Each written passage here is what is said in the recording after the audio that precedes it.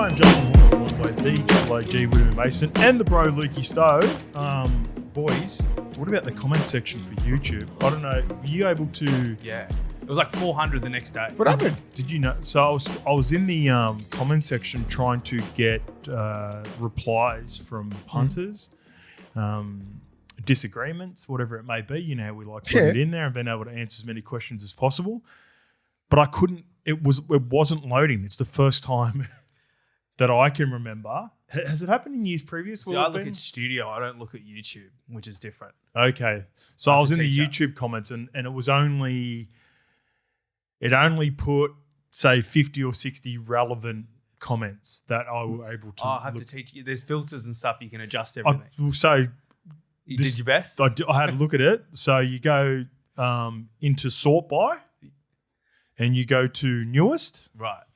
and that wasn't loading. I'll have to teach you YouTube Studio. That's the back end. Okay, that's the back end. Yeah, you get everything there. That's a reflection of how fired up people were anyway. So 500. What did we say? 524.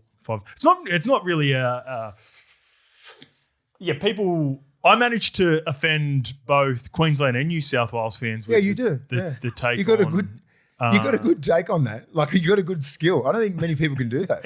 Fucking well done. I don't know if it's skill. But No. Someone else. I don't think you mean to do it, but you just like because you got friends in. Once they retire, mate, you'll be back. No, it's not that. It's fucking hell. He got you. I'm joking, mate. I don't have agendas. It was my take on the Nathan Cleary part of it, where you were alluding to, like, I've got an asterisk next to Nathan Cleary. Yes. I saw that a lot on and socials. And then, the part that we were sort of not disagreeing, we were just discussing was you were of the opinion that Queensland were going to hold on to that lead. New South Wales weren't doing enough. Mm-hmm. And my takeaway was that we will never know, like the hypothetical of not knowing because, I deemed it to be a 10 in the bin. And we were robbed of seeing 12 minutes of Callum Ponga on the field. Now, again, I've got a couple of things that we'll discuss and then we can move on because 23 minutes.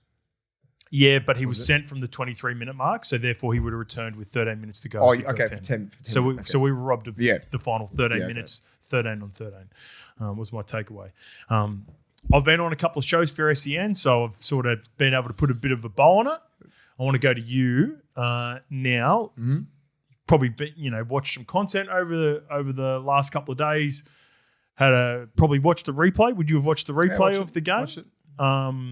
Are you still of the same opinion that New South Wales weren't going to win that game? And are you the sin binning versus send off? What's your sin bin? Sin bin, and we were just nowhere near it when it comes to the start and the ferocity that you need to start an Origin game.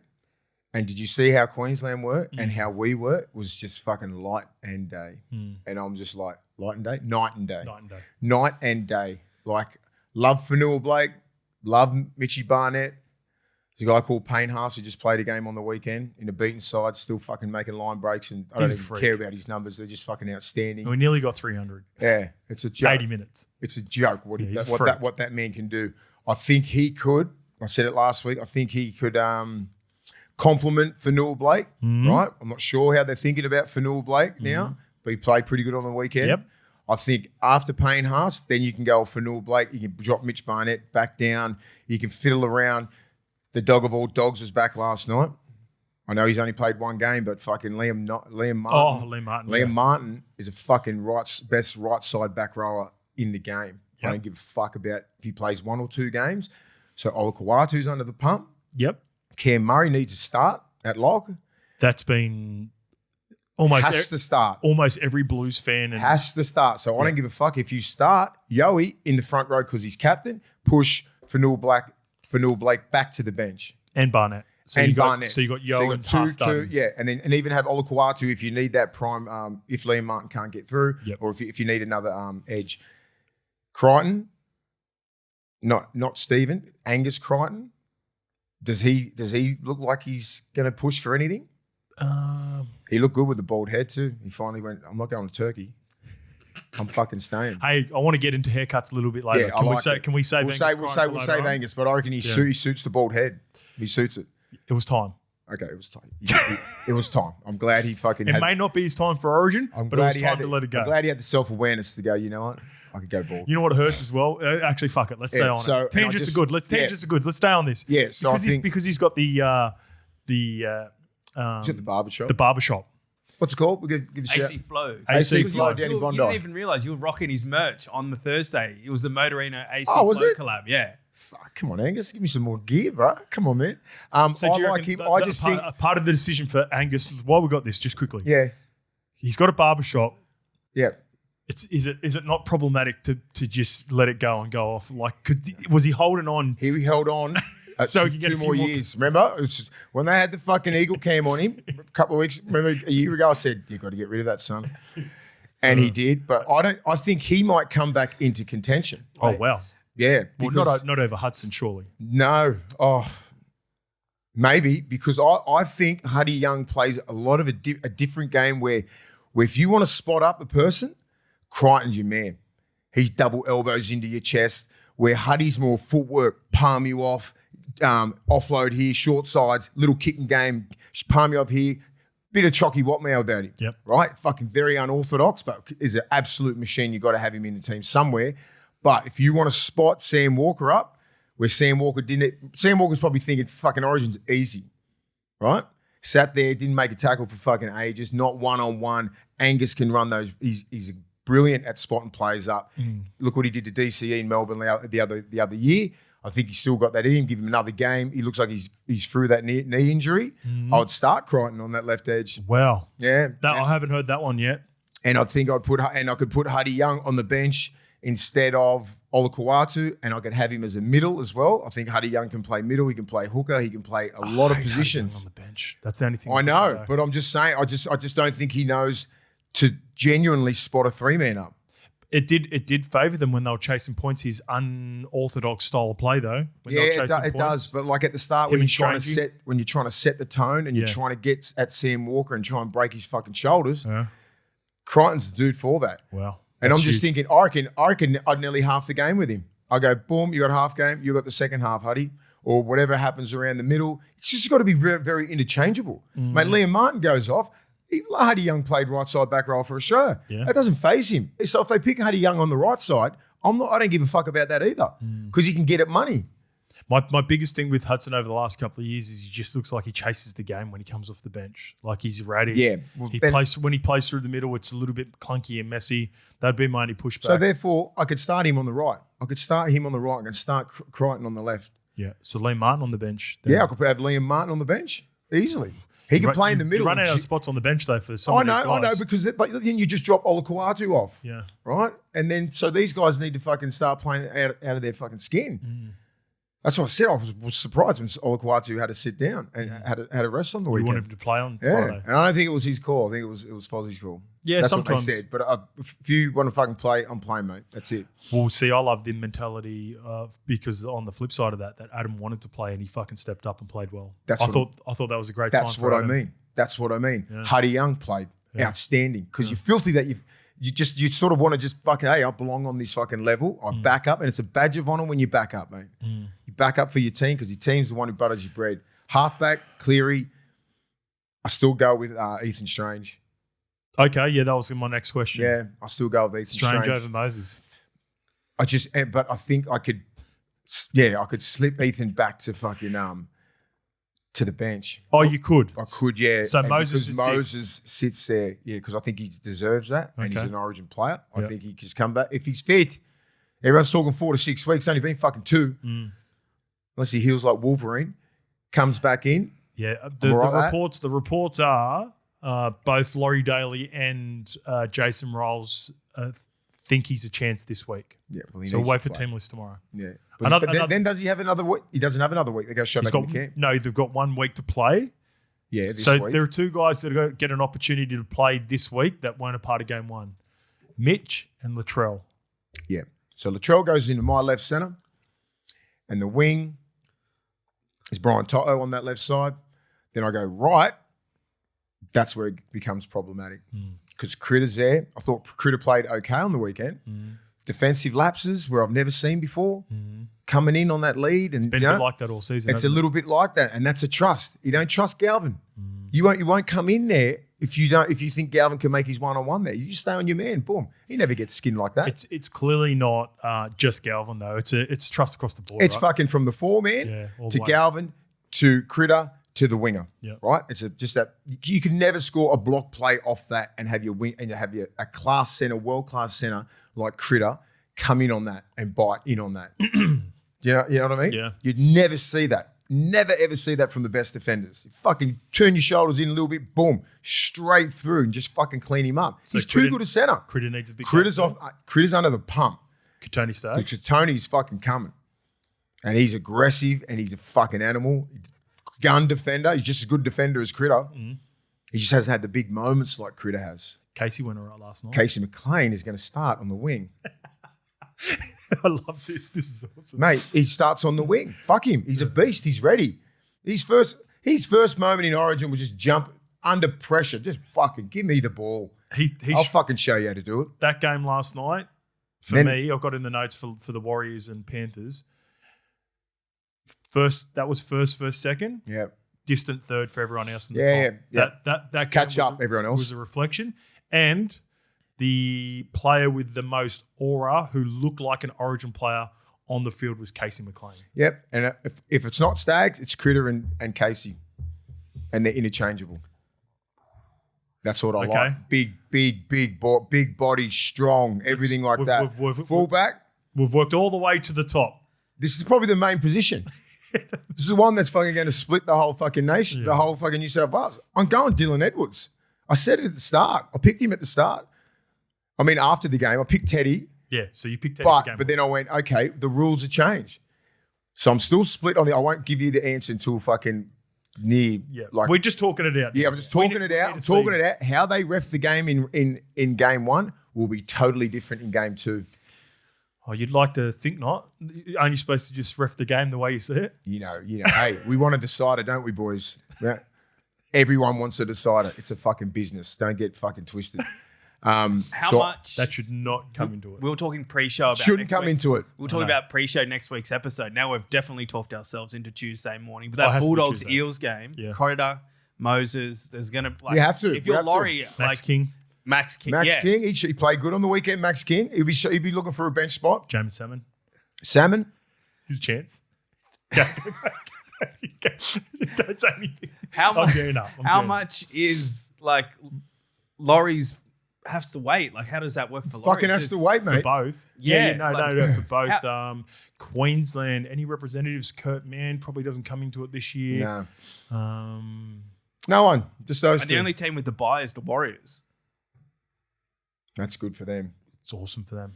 Fuck, that would have been a huge win if they were able to get that with the bye coming up. So I'm just thinking if they Dylan Edwards, I think at the moment, right now, if you choose an Origin team, he's your fullback. Sunday, 2 p.m. versus Tigers, Dylan Edwards. Yep. You guys just won game one and you have made 7 or 8 changes. I don't give a fuck, mate. I do not give a fuck. I was sitting there for fucking 75 minutes going, oh, fuck this team. Do you know what I mean? Like, just sitting there going, what have we picked?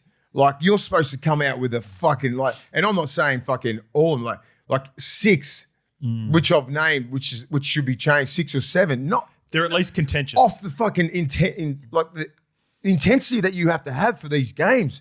Look at Queensland come out, like with a level of ferocity that you've never fucking seen before. I don't know. It's just like these changes aren't like household changes. They're not like, oh my God, change the halves, change this. No, there's just certain positions there that need to be fucking changed. I did radio with Fletch on Thursday, Rennie on Friday, text line, you're not alone. Yeah. There's fans. Just because Teddy saved us. Fletch wanted to change Brayley for Robson.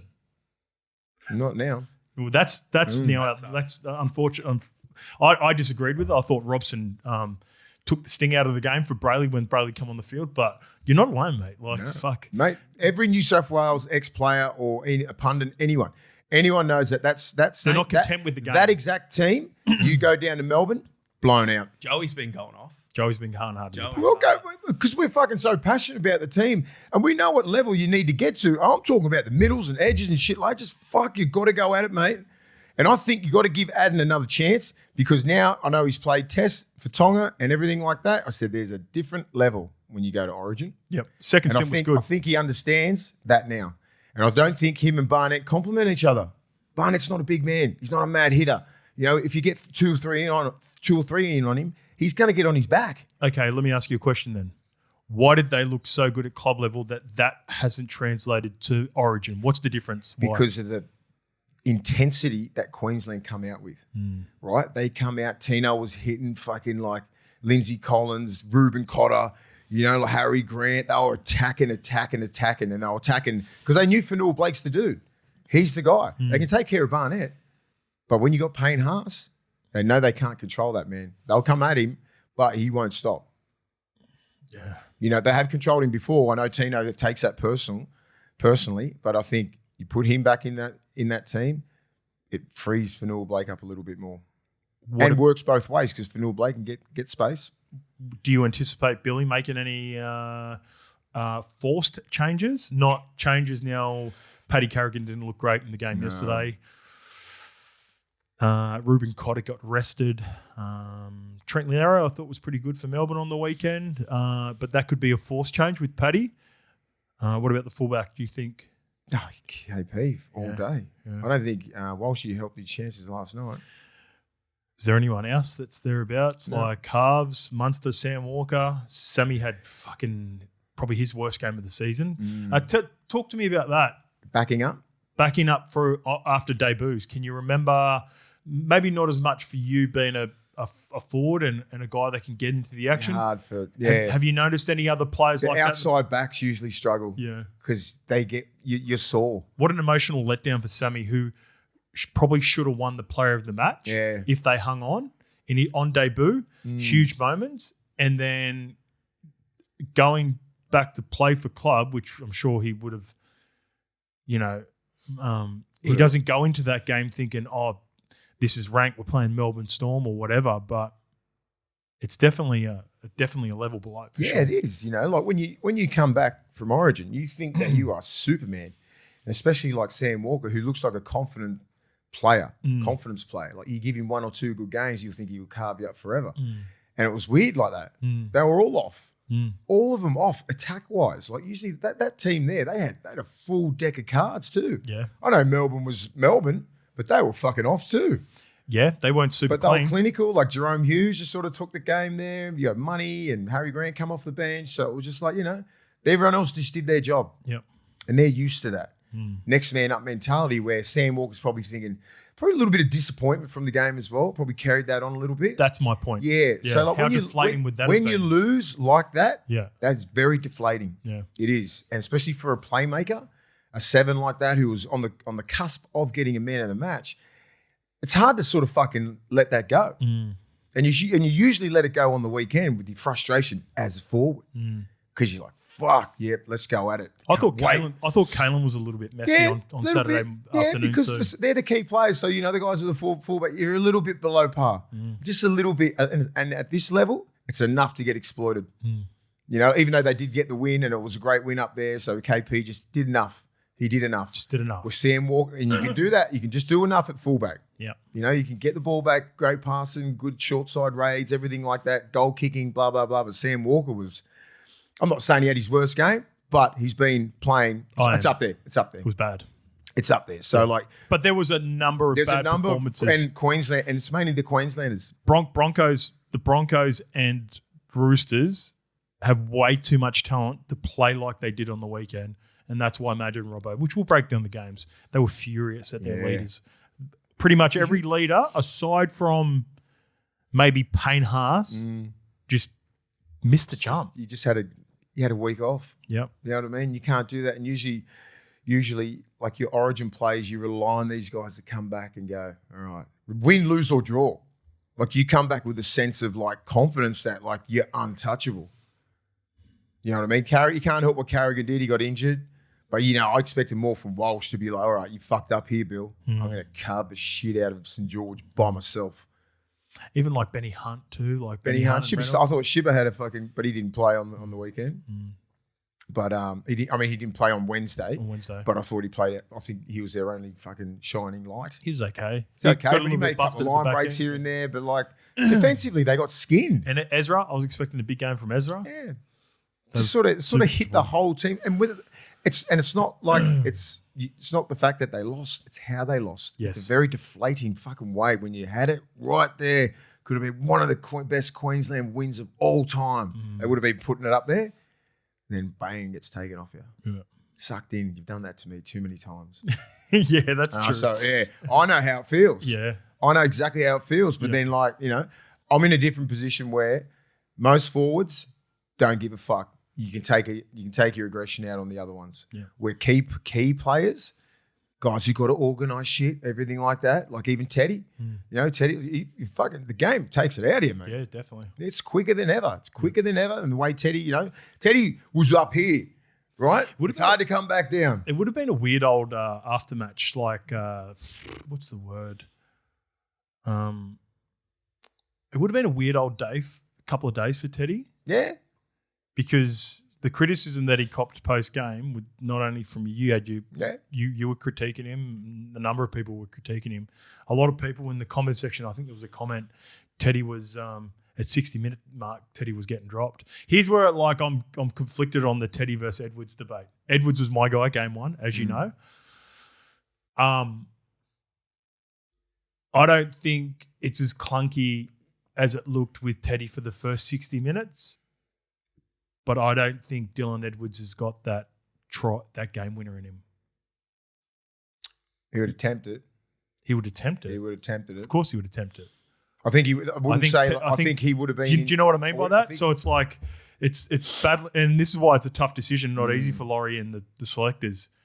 Maybe you're not in that position where you have to chase points, but if you do, for as good as I think Dylan Edwards is, I don't think he's got that to go over the top of hammer. Teddy's how many times that's clutch. Teddy saved us? Yeah. How many times he saved us? Well, arguably two of the biggest. If you put clutch tries for State of Origin for the Blues in the last 20 years, and you had a Mount Rushmore, Teddy's on two of them. He's on, yeah.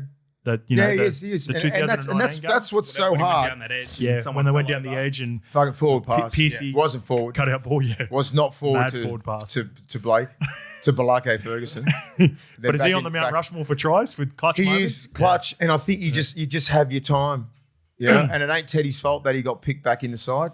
He played himself back in the side. Dylan Edwards did not lose that position.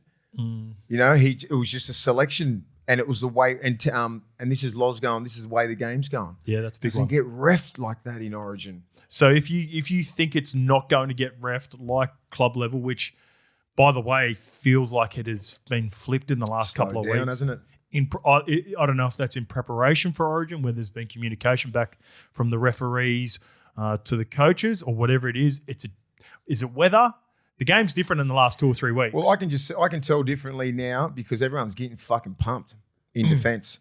Right? I saw Saifidi come out, bang. So you've got the energy. The physicality in that game. Physicality, was awesome. Right? But every game, I'm seeing blokes. You're getting in position to line blokes up. We didn't have the luxury. You didn't have the luxury of that in the first 10 rounds. Dane Laurie was putting shots on. Danger fucking what the genius sticky, greatest coach in the world. That's a reflection of the game.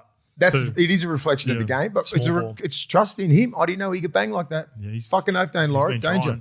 Danger Laurie. Yeah. So I think now the game, if you're going to ref it like this and you can still have time to actually execute a hit, that means the game slowed down a little bit. Yep. Which is good for the game because we know 50% is defense. Can't be just all fucking attack. So it needs to be even. So you picked Teddy thinking it was going to be fast paced, and so now if you think it's going to be refereed like that in game 2, then you're leaning towards Edwards. Dylan, yeah. And it's no hit on Teddy. You know what I mean? Like everyone's probably nearly thinking this anyway. Like it's just Dylan Edwards is fucking safe as a bank. Great with the ball, turns up. Like he's your traditional fullback. Teddy just wants in and around short sides. Him and Cleary don't work.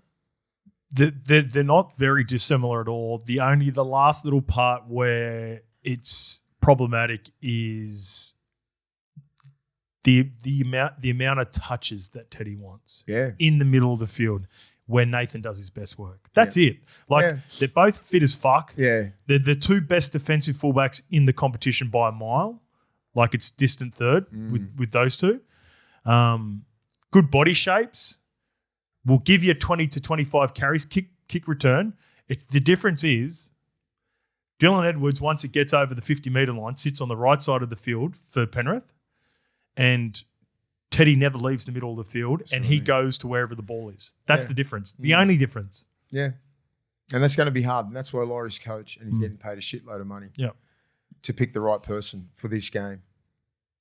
You know, like if they don't make a change now, do you wait for game 2 to get beat and then make a change to Dylan? I don't think he's got it in him to make a change like that. You can't. I don't think so either. I'm just making a case for Dylan Edwards. I'm making a case for Teddy. By the way, I'm saying that, and I by no means do I think it's easy as well to make a call like that. You've just won. He was the hero. I think I'm with you. I think there may be 4 or 5 changes. You're playing with house money too. Yeah. What changes did he make for Perth last year? Because we won Brisbane. We got pumped in Perth. I don't think he made many, mate. Yeah, I don't think he made. So Dill was there. He was forced change with Mitch Barnett and Mitch Moses. They were the only 2 changes. And Jerome came in. So Jerome come in last minute. Yep. About 3 or 4 days, similar to the Strange. And who come in for Mitch Barnett? Well, I'm trying. It's the middle. Who's the middle coming for Mitch Barnett? So Max Kim played all 3 games, right? Payne. Max moved up to start. Yeah. With Payne, they bought. Let's have a look. Team list. Payne has Max King. We had Spencer. Stefano came in. Stefano. Yeah, games 2 and 3. Yeah. I'd be fucking near picking Spencer as well. He'd be somewhere in the 21, 22. Hey. This is like you trying to fill your top 8. You've got no. I'm just throwing names out. Like he's going to be putting pressure on some other middles. So mate. Here's what you're doing. You got 1 more week. All of these guys are in contention. Yeah. Iron sharpens iron. Go after it. Yeah. There we go. And Terrell May on the Mansour podcast talking about his omission again. Mate, you need to stop talking about that. Yeah, I know. Yeah. He almost said 150-man squad like you did the other. He said 50. 220-man squad he couldn't make. He needs to keep doing what he's doing, the big boy. He's playing good. Just shut the fuck up about that. Yeah. Because it's not good for the selectors and everyone's just saying, oh, you're whinging. Just play your footy. He's playing decent footy, man. I know, Mace, but this is the part. But they keep asking him fucking questions. But you're not just going to go, no. It's authentic. And I don't think do we want our players to be authentic, or do you? I love it. I love it, but he's just said it too many times. Everyone knows. You love it, but you understand that he's not making it. He's taken it. His name isn't even on the whiteboard. Yeah, I know. You're going through like we've named about 2 or 3 players that are nowhere near playing as good as him. No, but it doesn't matter. Yeah, I know exactly what position he's in. That's why, and I'm like, you just play out of your skin every week, and they can't ignore you. That's all you got to do. Keep winning with the Tigers and then just keep doing your thing. And I'm not saying that he's coming out there whinging or anything because they asked him the fucking question. He's just honest. You ask me a question, like, I'll give you a fucking honest answer. Yeah. Yeah. There you go. So you're a great example, right? Because if you'd grown up, there would be some similarities personality-wise between you and Terrell where, mate, you got no filter. You tell it how it is. If podcasts were around, because I strongly believe that I'd have my fucking own podcast. No, you would have been like this, wiping all mainstream, I'm 100%. and only talking to new media, bro. 1,000,000,000%. So therefore, I feel like I can relate to this motherfucker. Is my point. I like it, but I'm just saying, like, I know when it comes. But now you're 40+-year-old Willie Mason, understanding how camps work, understanding how hierarchy and all that matters. What would you tell yourself rather than Terrell at 22? Well, I knew at that age that I just had to play better than everyone else. But you also had your little ghostwriter on the paper too, so that was sort of the version of it for players at the time. Yeah. Here's one other factor too. Like, and I want to ask you this. This is a question.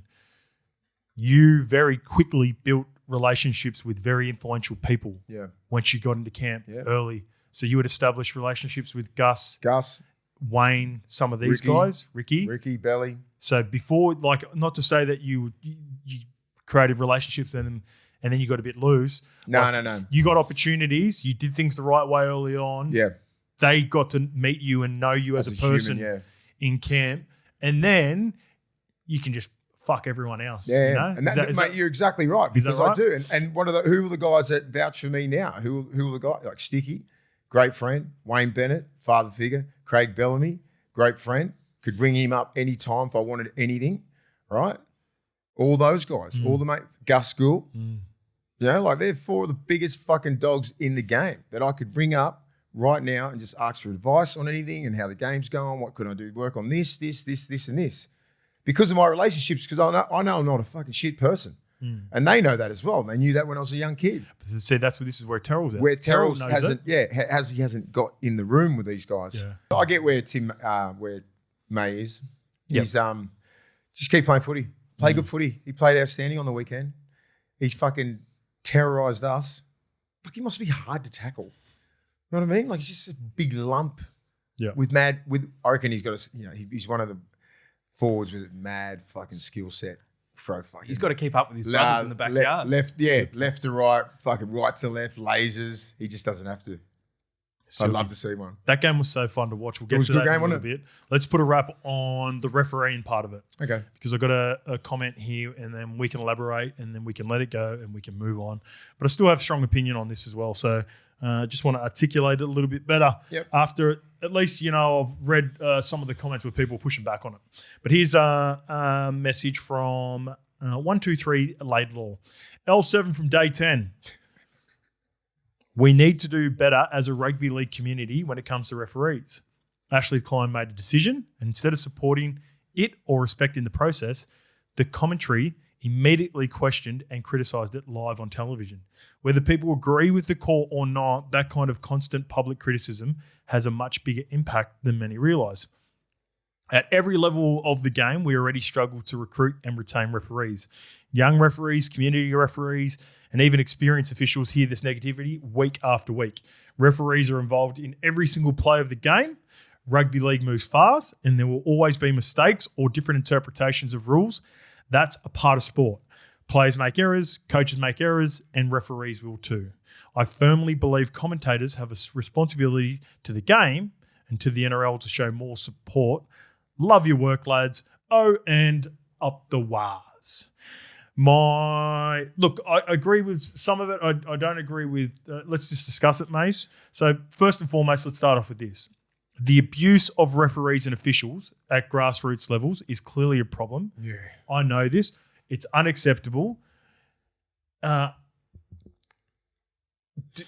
you have to be mindful sometimes? And every now and again, I feel like I do. You're talking grassroots, like under 9s, 10s, 11s, 12s? Yep.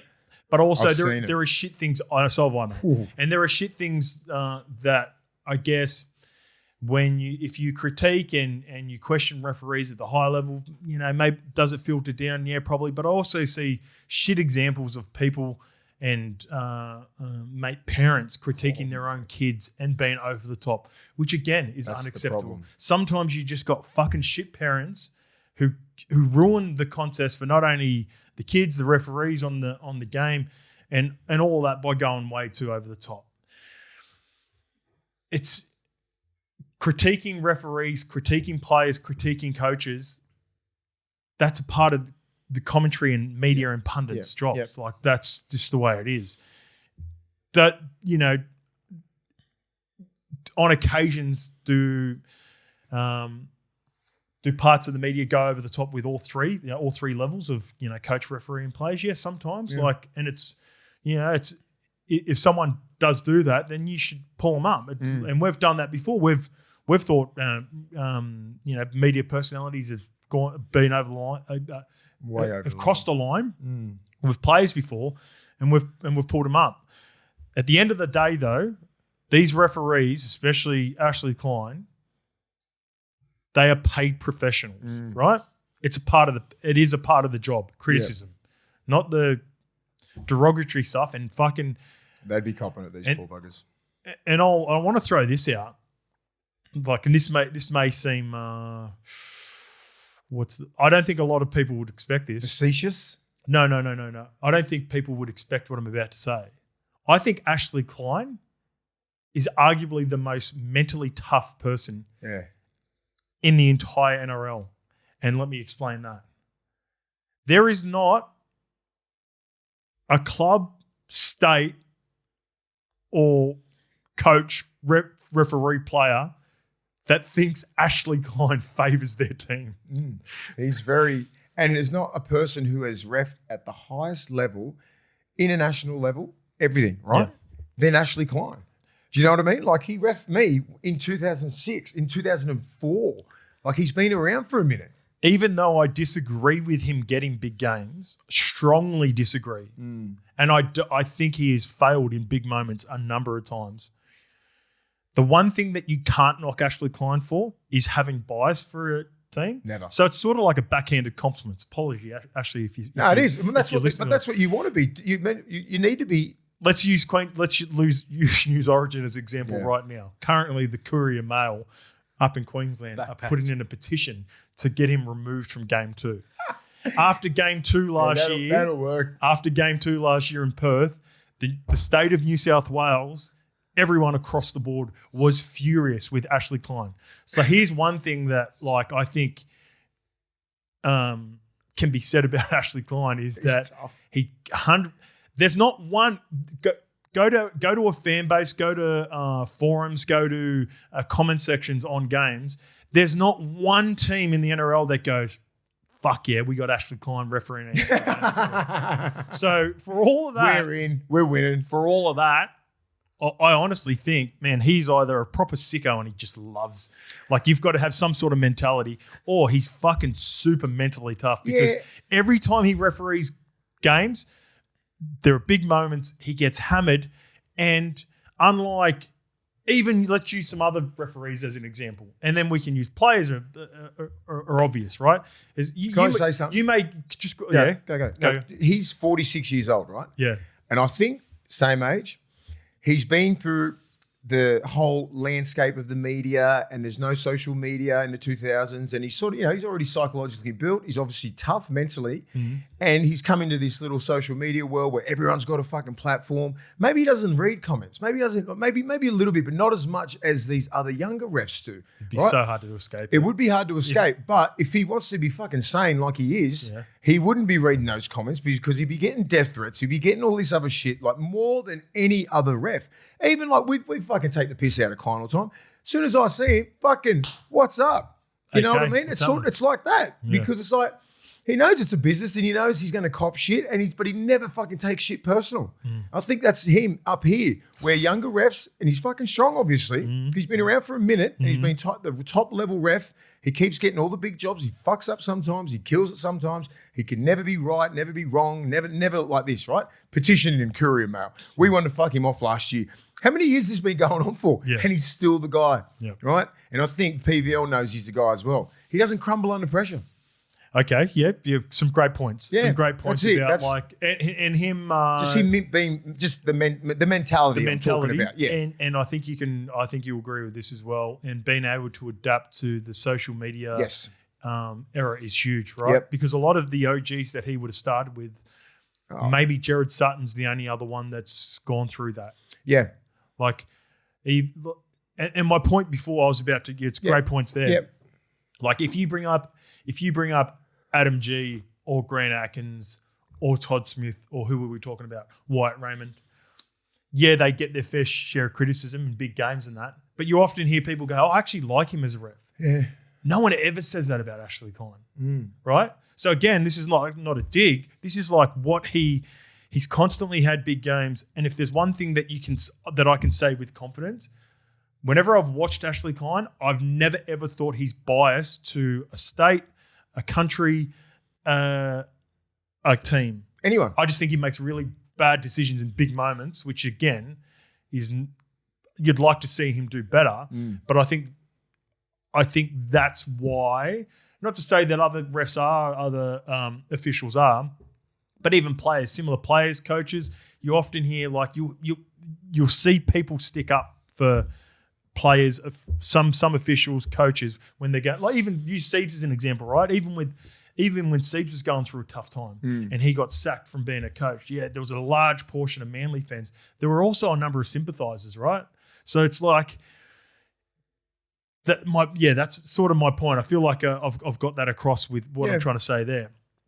But just going back to it, I think Ashley understands that this comes with it.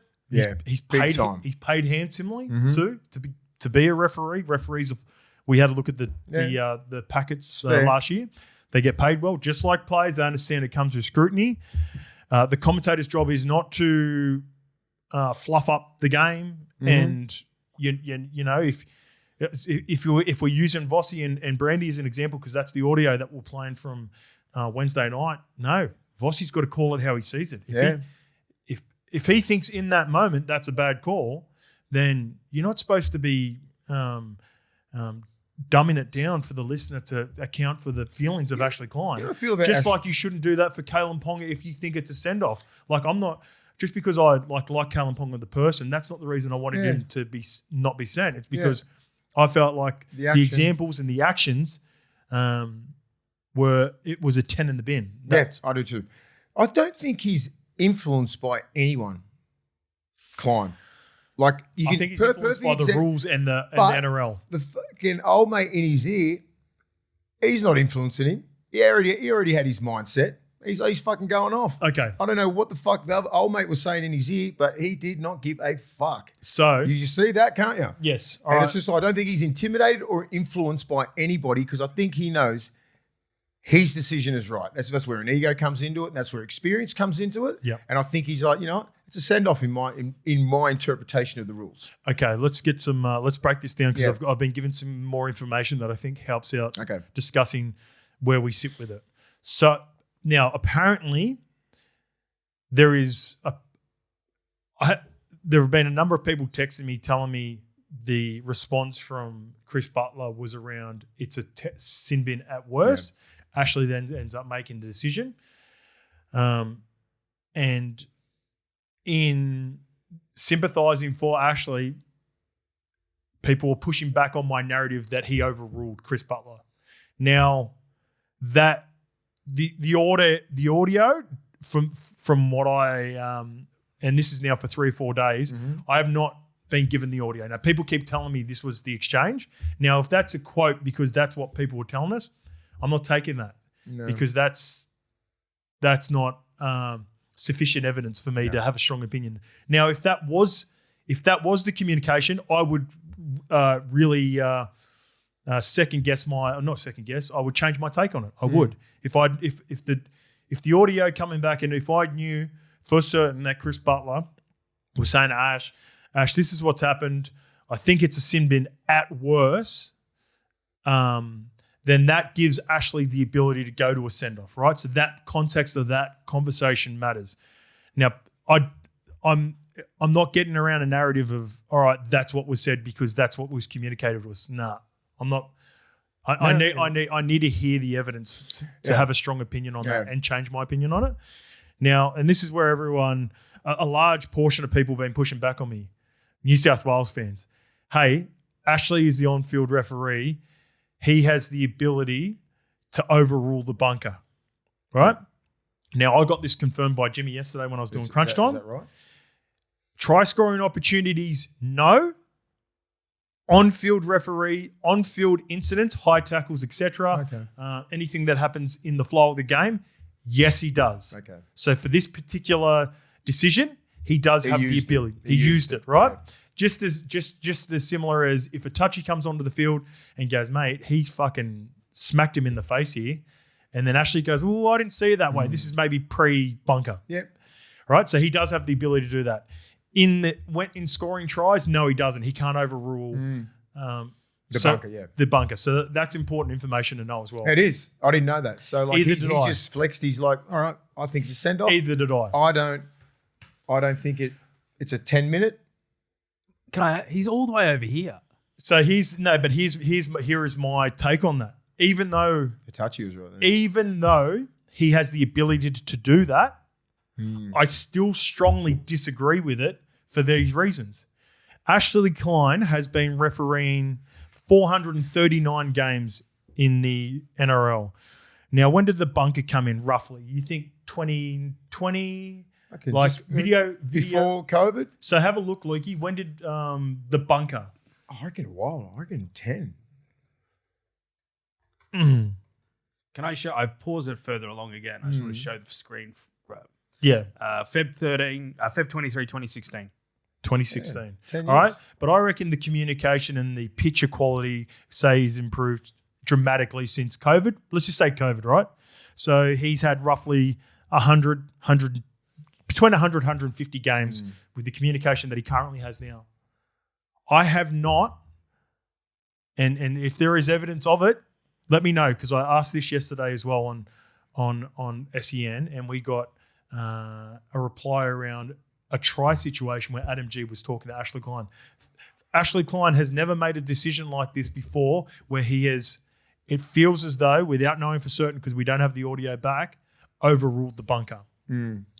So people were like, the common response to me was, Scope, he's the on-field referee. He had the best vision of it.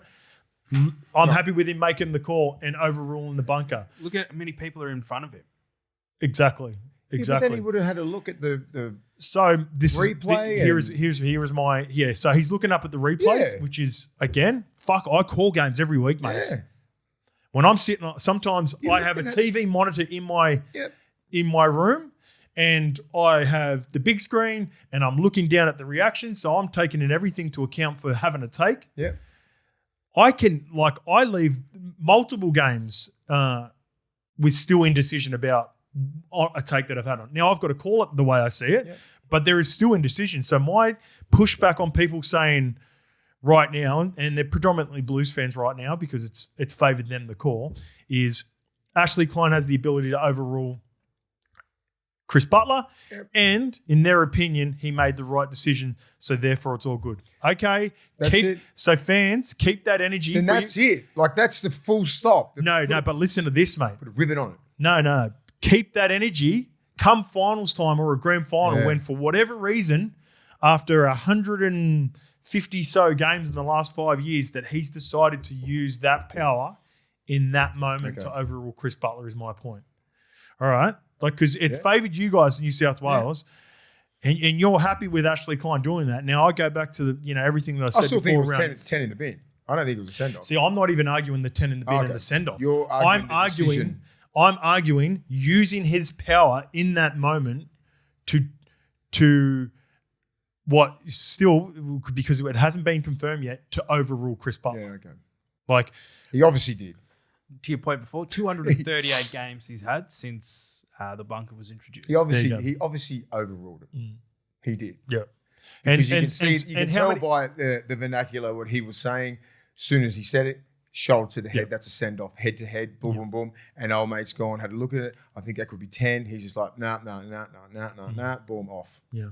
So when Ashley is refereeing your games in the future, and but I believe he's got game 2. I know Atkins and G have got the referees in the last. I think G was 23, Ashley was 24, Atkins was 25. It's a grand final. It's a head-high shot. He goes up to Chris Butler, but it's against your team. Are you still happy for him to have the power to turn down the bunker? Yeah. And if you are, and you can answer that honestly, then okay. But I think you're full of shit. I think when it gets to a moment when it's not against your team, and he overrules a bunker who was supposed to, just like someone did that to Teddy, back to the integrity of the bunker, and they've got all these screens in there. And all this, and they've got 3 spotters. By the way, there's a senior video official, and he has 2 spotters. That's the way it works. Are they both blind? And Ashley's down on the field. Both of them are blind. And Ashley's down on the field.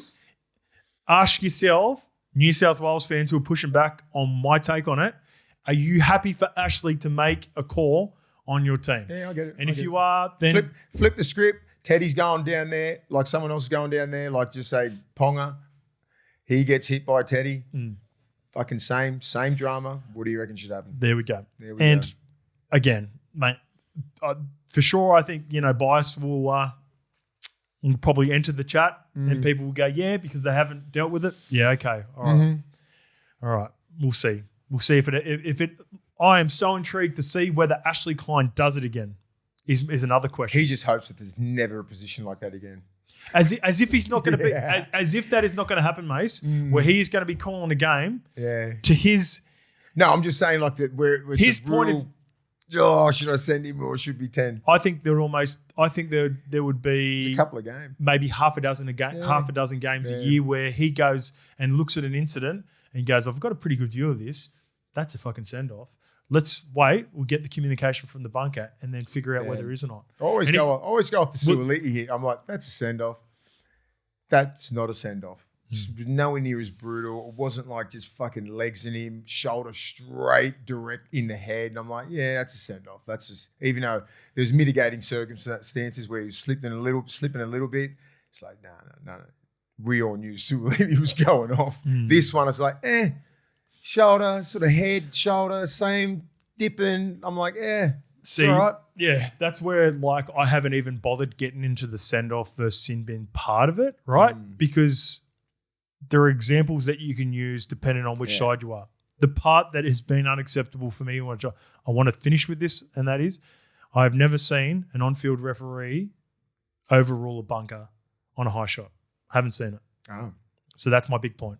You've seen it now. Make refs great again. Let's move on and let's have some fun and let's put a bow on this, but finish off with a bit of fun chat because although I'm critiquing the decision and what it is, it's a part of the game and it's good for content too. So, lads on the ref chat, having a laugh about them doing the Bronco for grand final day. I reckon there's something in that. It humanises the refs. We generally only see these blokes when they're doing their job, and that usually means people feel robbed. It would be mad to see these blokes around more, doing fun stuff so they can become characters. This would likely mean people are far more responsive to them and show less hate.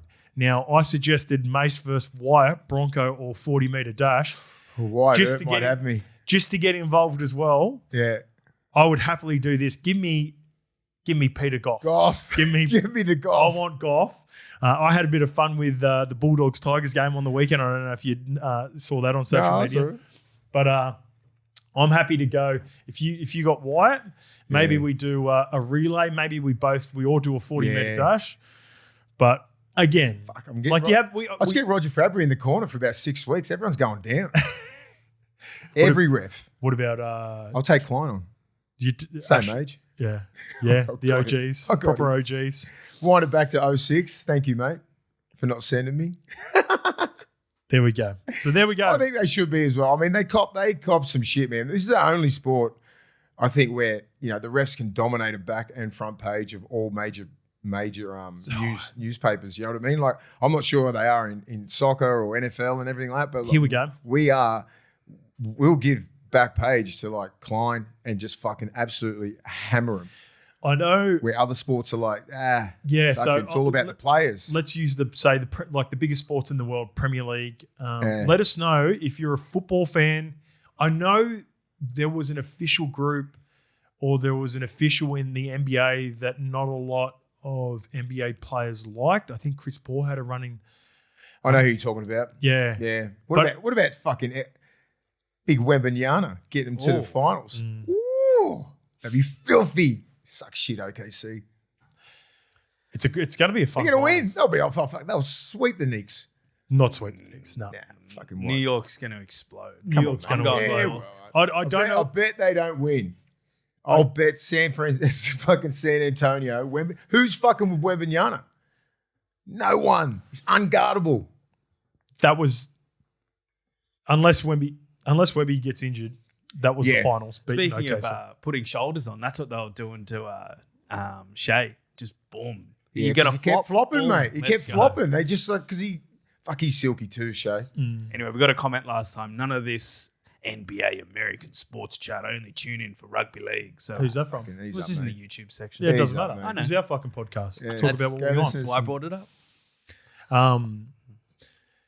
Yeah, so if there's referees or officials out there that you can know, like maybe you're a diehard Arsenal or Liverpool fan and you know that there's like a referee or someone that is like, I think it's going back to my original point with Ashley Klein before, universal that pretty much every club cringes once they see that Ashley's been because he's fucked every team over. Yeah. It's not many refs like that. So that's right. Are there other official groups? Liverpool couldn't stand that David Coote guy. And he's the one. Then when the video came out of him doing extracurricular activities, he just got pumped. There was another guy that was on We Are the Overlap who subconsciously admitted this, that he had he would go into games. Was it Michael Oliver? The Arsene Wenger, like Arsenal games, because he hated the manager for Arsenal. He hated Arsenal. If there was, almost alluding to, if there was a 50-50, he was like, fuck, like. They can dictate games heavy more than league. Just the same, like officials. Yeah, you can find parts of the game to fuck people. And shit like that, man. Yeah. Like that's fucking yellow cards. Yeah, yellow cards. Yeah. All right, let's get to it. This one is around the technique, and I don't know if you discussed this originally, Mace, but I've heard a number of people discussing this as well. It's Ponga's technique. Yeah. Hoz, I normally love your takes, but on the Ponga ruling, I think you're missing a big point. You guys always talk about tackle technique, and that tackle should have been a classic right shoulder tackle.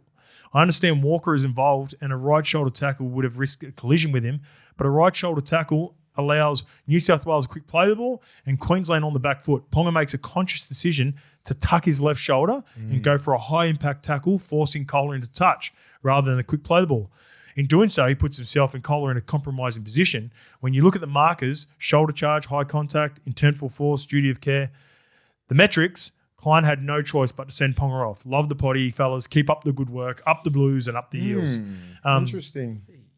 The left shoulder tackle technique was way out, wasn't it? Have you? Yeah. So I thought it was you who mentioned it on Wednesday. Maybe it wasn't. Maybe I'd noticed because when he tucks his left, and he's just like got that power. Like when you tuck your left and you're driving off your left foot, and he just put his body on the line, just because that's what Origin is. So a number of people reached out. Like there was comments, replies in the comments, and people were talking about it on SEN.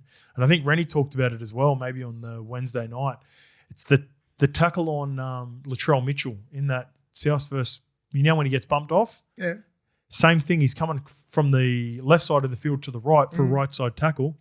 Uses his left. And gets bumped off. It's so weird. Kalen is... I reckon his right shoulder's fucked. Must be. Yeah, because that would have been a perfect right foot in, right shoulder tackle, and regardless, he would have hit around the ball or under the ball, and he would have went out anyway.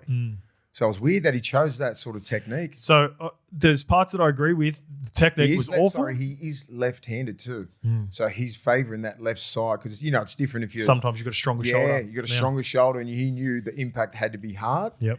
And he's probably not as confident with his right shoulder. I think that's it. He's had a few like little injuries with his shoulders and stuff. So to come with that impact, to come in left foot close, and then drive and tuck his head. He had a high-grade AC joint injury in 2023. I'm just trying to find out which side. So that would fucking crack it. Coming at that pace, if you were fucking dipping and going straight in, that could fucking near break his shoulder. Sometimes you see him gets up and he goes like this. He always like, and it looks like a so this is from physio. Was it grade 3? Rehab. Was it a grade 3? That's, Yeah, see that lump there? Fuck. There you go. So that's played a part. That's a huge part of the 100%. It is huge part. No, 100%. That's why he come in like that. And then when the Latrell one, well, there's no way that you should be getting your left shoulder near him. It throws all your biomechanics out and your technique. Yeah. That's a right shoulder tackle. Like if he had to come in straight in front of Kohler here, right foot in, hits his knee. Yeah, he runs straight in there. He drives him straight out. But the power and the force could fuck your shoulder up. That's the only reason why he had to come in with his left. Credit to NRL physio for that. There we go. Shout out to That's NRL right. physio. That's exactly what happened.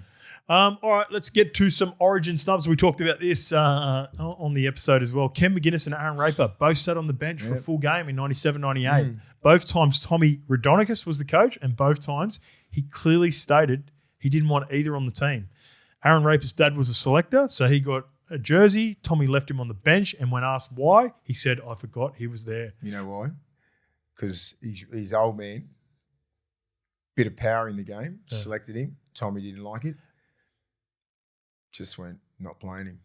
If that's the reason, that's hilarious. And no, that is the reason. But guess what? You know how you said Aaron Raper is not credited for a game because of that. So he never got it. Ken McGuinness, however, he ended up playing 4 total between 97 and 98. So even though maybe he wasn't a part of the selection or maybe it feels as though Tommy sat him for one game.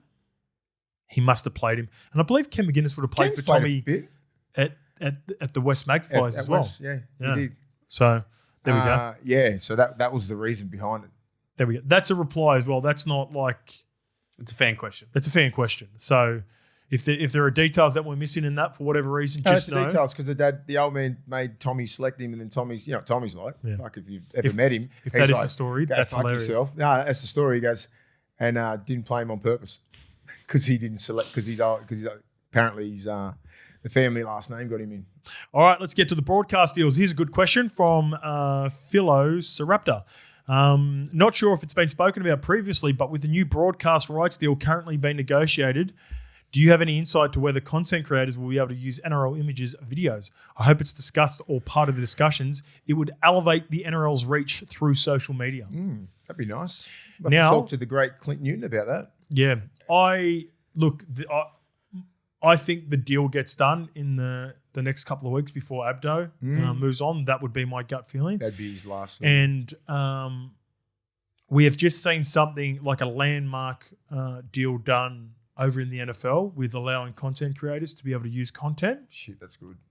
So I hope the NRL goes that way as well. Because I hope to God that that's put in. So many times we get people messaging us about not using videos and stuff, but it's fair use problem, which we can't. And I had it on the screen when we were doing all the you had your phone up. I was like, I put the link to it in the bio so you could click, but everyone had already seen it. But I'm like, people still have the shits like, why can't you just fucking put it up? If we're fair dinkum about this, we know where the world's going with obviously social media and the amount of reach that it has. It would only just be favouring the game.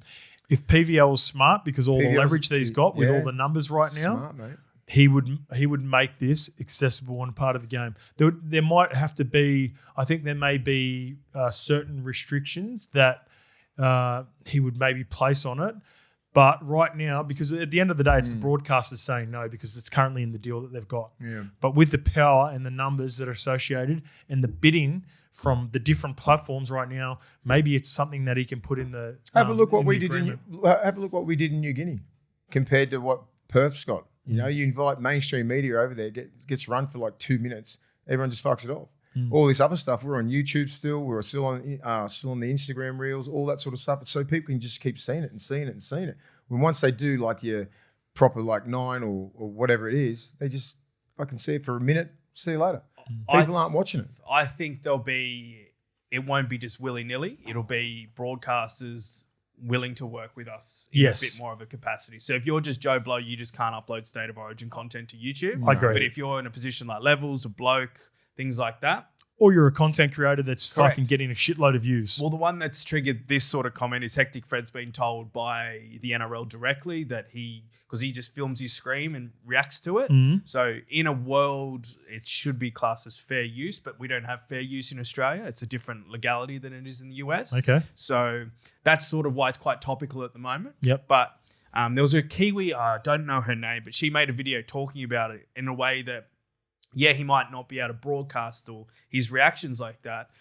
Maybe the evolution of it is like then there's a red button that you can press if you like Hectic Fred and you're on KO and you want to watch his reaction, then he has a deal directly with the broadcaster where you still get the same outcome. So that's interesting. How do you get to that point though without being able to use the content to show people that you're capable of that? Well, like I said, it's a partnership with KO. So let's say he partners with KO Sport and there's like a red button that you can have Hectic Fred in the corner instead of... Yeah, but my question is, like, how does a person get to Hectic Fred now without having the ability to have that, Well, you've got to do it like the soapboxes, like the overrated Vicks, like all these new age content creators that are coming out making content. Yeah. And then the broadcasters will look at you, you're like, just like, how did you get your SEN gig? You did your own podcasting, you weren't using any footage, and then SEN go, look, we like your rugby league opinion. We want you to come in and do this, that, and the other. Yeah. So it's sort of just a different evolution and different journey of hopefully things. they can just tinker with it. So does Hectic Fred, he does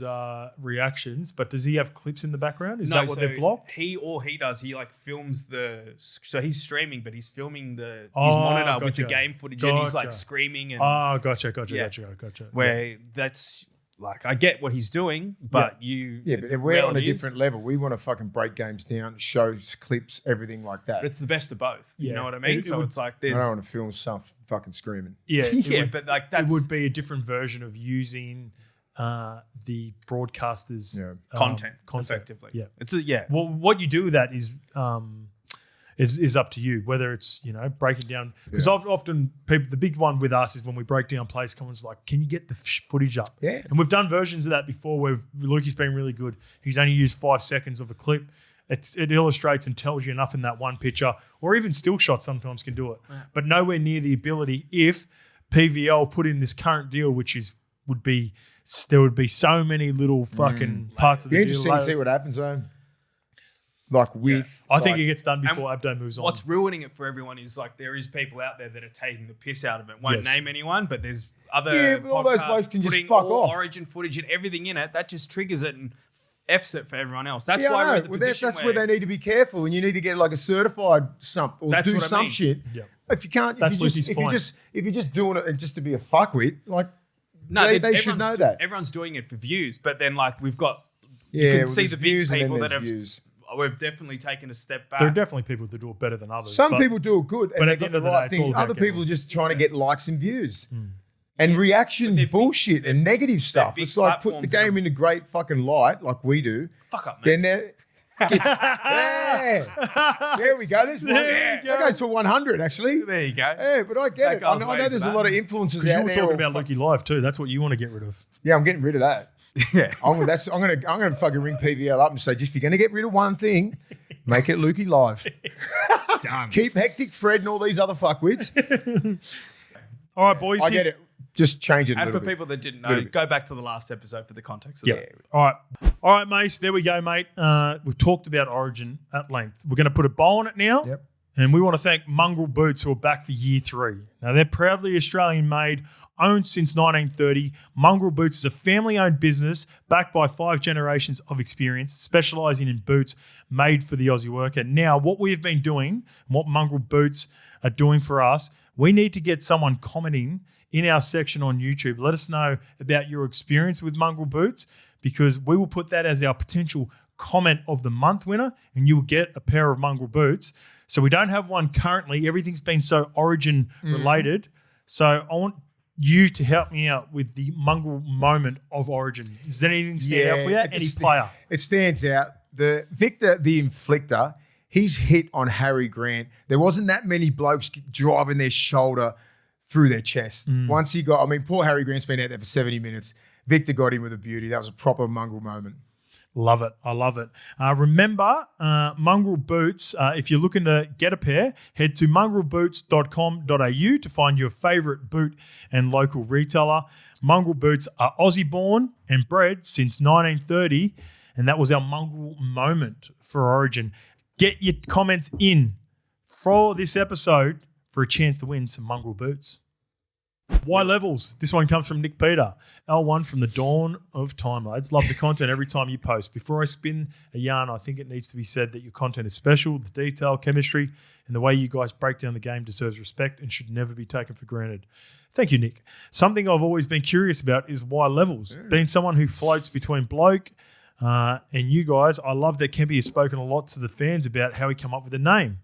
As a fan here, I'd love to know the backstory to Levels and how you, Willie, and Lukey come up with the name and story. I know Willie said on the first ever episode it was called Levels for Leveling Up, but I'd love to know some more about this venture. Boys, I know I'm speaking for a lot of us each week. For me, regardless of the week, whether it's been good or bad, I love getting a chance to step away from day-to-day life and keep listening to you guys. Break down the games, entertaining and enjoyable. Love from Brizzy, lads. Can I say it a little bit? My version of it? Yeah. I remember we were doing stuff for YKTR and we were thinking about doing another version of it. Yep. This is my recollection. Yeah, sweet. I just want to know if and then Hozzy was like going, let's call it Levels, right? Let's call it Levels, like another level. And like that was happening and Ice was like thinking about it. You was thinking about it. Let's call it Levels, blah, blah, blah. Kept going like that. And then obviously the split happened and we're trying to think of a name. I come up with a name and then... Do you remember what I don't even know. Do you remember? Yeah.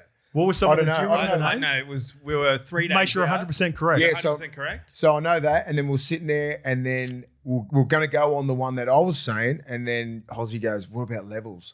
I went, because I totally forgot because I thought that I said patented it already. No. Yeah, I didn't know. So as soon as you said levels, I said fucking levels because there's levels about everything, and we always say it anyway, just naturally because there's levels, and obviously Levels Network. We're trying to make a media company. We're trying to get level up. Yep. All right. That's exactly Yeah. right. So Lukey, Do you remember what it was called? 3 days before we actually launched. Yeah. I don't know. yeah, The revamp. The revamp, something So I like was that. trying to do something like the UK people. I know the Americans. The Pivot. Yeah. I was looking. I had like That's what I was dictionaries thinking. of like all similar words to that. yeah. And I'm like, Because I was thinking because you were leaving and I was doing a podcast and was like, how can we sort of like the next level? We're already saying levels for fucking 6 weeks anyway. Yeah. And then Hozzy hit us with the fucking, what about levels? I went, fucking done. So here's my version of it, but you're right in a lot of it, right? So right at the back end of YKTR, maybe with about 3 months to go, me and Mace were doing the sports show together, and it was going really well. And then we started to think about different content ideas, and we're like, if we were going to stay there, Interview process, we were going to look at maybe doing 6 episodes to finish off the year or whatever it may be, and try to get some guests, which we still haven't got to, by the way, which is shit from us. We need to be better. But we sat down, we were just brainstorming, and my idea, I was like, well, this would be like leveling up from what we're doing on the sports show, right? Mm-hmm. I said, level up. Let's get some guests. Let's make sure the levels above. As in, let's make sure they're levels as well. Yeah. So with no disrespect, we're not getting fucking 20 gamers. It's premier players in the game and just like anyone who has been dominant in their sport. In their field. Yeah. In their field. And I was like, we'll get like Mick Fanning and Tim Cahill. And this is still coming in. Yeah. This is still. We haven't been saying this for 2 years. No, but we haven't decided because of this. Like we just said, what was our main thing? Build a foundation, build a fucking fan base, which we have, and then we can level up into something else. You know, one thing that we've ticked as well was the merch. Like that's so. Thank you to everyone who purchased that. We're not one of these like, and as I said, we're not in it for short money or short gain. I said, well, you fucking want this 10, 15 years and build a media company, have people underneath us in the long run, because there's always people retiring. There's always young little podcasters. I said, that's what we want to do. We want to, and then we want to be the OGs of this shit, right? And have people underneath and try and teach them how to do all this shit. That's what I want to do. I want to try and educate these young guys on football and all that sort of stuff. Even retired footballers are going to try and get into this space. For sure. It's happening now. So like, they need to understand all that. It's a bit more than just fucking sitting here having a chat. You know, you get some people on podcasts that can't even put a fucking sentence together. Learn how to speak. And also getting the detail, like put in the work too. It's putting in the work, Not everyone wants to put in the work to put together a They just show. want the money. Yeah. They want to get merch out straight away in the first fucking week. I'm like, no. We build the base. The people will come. So going back to the name. Once we did just decide to leave, we were trying to, obviously a big part of what we're trying to do is the name. And Mace didn't realise this, but I'd actually come up with the name for the levels, remember? Yeah. So levels is supposed to be the news show at YKTR. Yes. At YKTR. And when we were discussing names, we had Revamp. Let us know how you feel about Revamp as well too, by the way. The Revamp. And my favourite that you guys just weren't keen on was the originals. Because... that reminded me to the Amazon show. Yeah. So let us know about the originals, and then all of you guys would have been OGs. That was my... But I was like, Lukey's not an OG. He's the triple... But you're the triple OG. The OG in this game. So you're the triple OG, and all of you guys, instead of being L1s yeah, and I didn't mind that. I didn't mind that, but what the trumped everything when you said... But what then, about levels? And then this is we had actually, so we discussed it for fucking, I think very quickly we had to turn it over. So within a week we're like, all right, we're going to do this. We're going to make a shift. And we were flirting with names, and Luke even AI'd it, ChatGPT to send us a couple of. This is pre all that. And we'd even, do you know how deep we got with Revamp? It was justin@revamp.com.au. Yeah, we had emails and everything set up. And at the very last minute, I was like, it just doesn't feel right. And I go to the boys. I said, why can't we just fucking use levels? And Mace goes, no, we can't use that. Like Ice come up with that. And I said, no, Ice didn't come up with that. He always assumed Ice had come up with it. I said, no, that was my name. Oh, I said, yeah, done. And he goes, if that was your name, he goes, has he copyrighted it? Like, is it put down as a podcast? And I went, no. I said, I'm the one that fucking We just kept talking about it. Yeah. So he goes, well, if you come up with it, that's the fucking name. Fucking oath. They're done straight away. There you go. Yeah. So- I'll tell you the other cool thing. So when I'd left, I'd had to contract with Parramatta Eels to like leave and do all that stuff. And now to come full circle back to be able to work with them. Yeah. People don't know. We never really discussed that part of it because it was a little bit messy, and we're in a really good place now with the boys.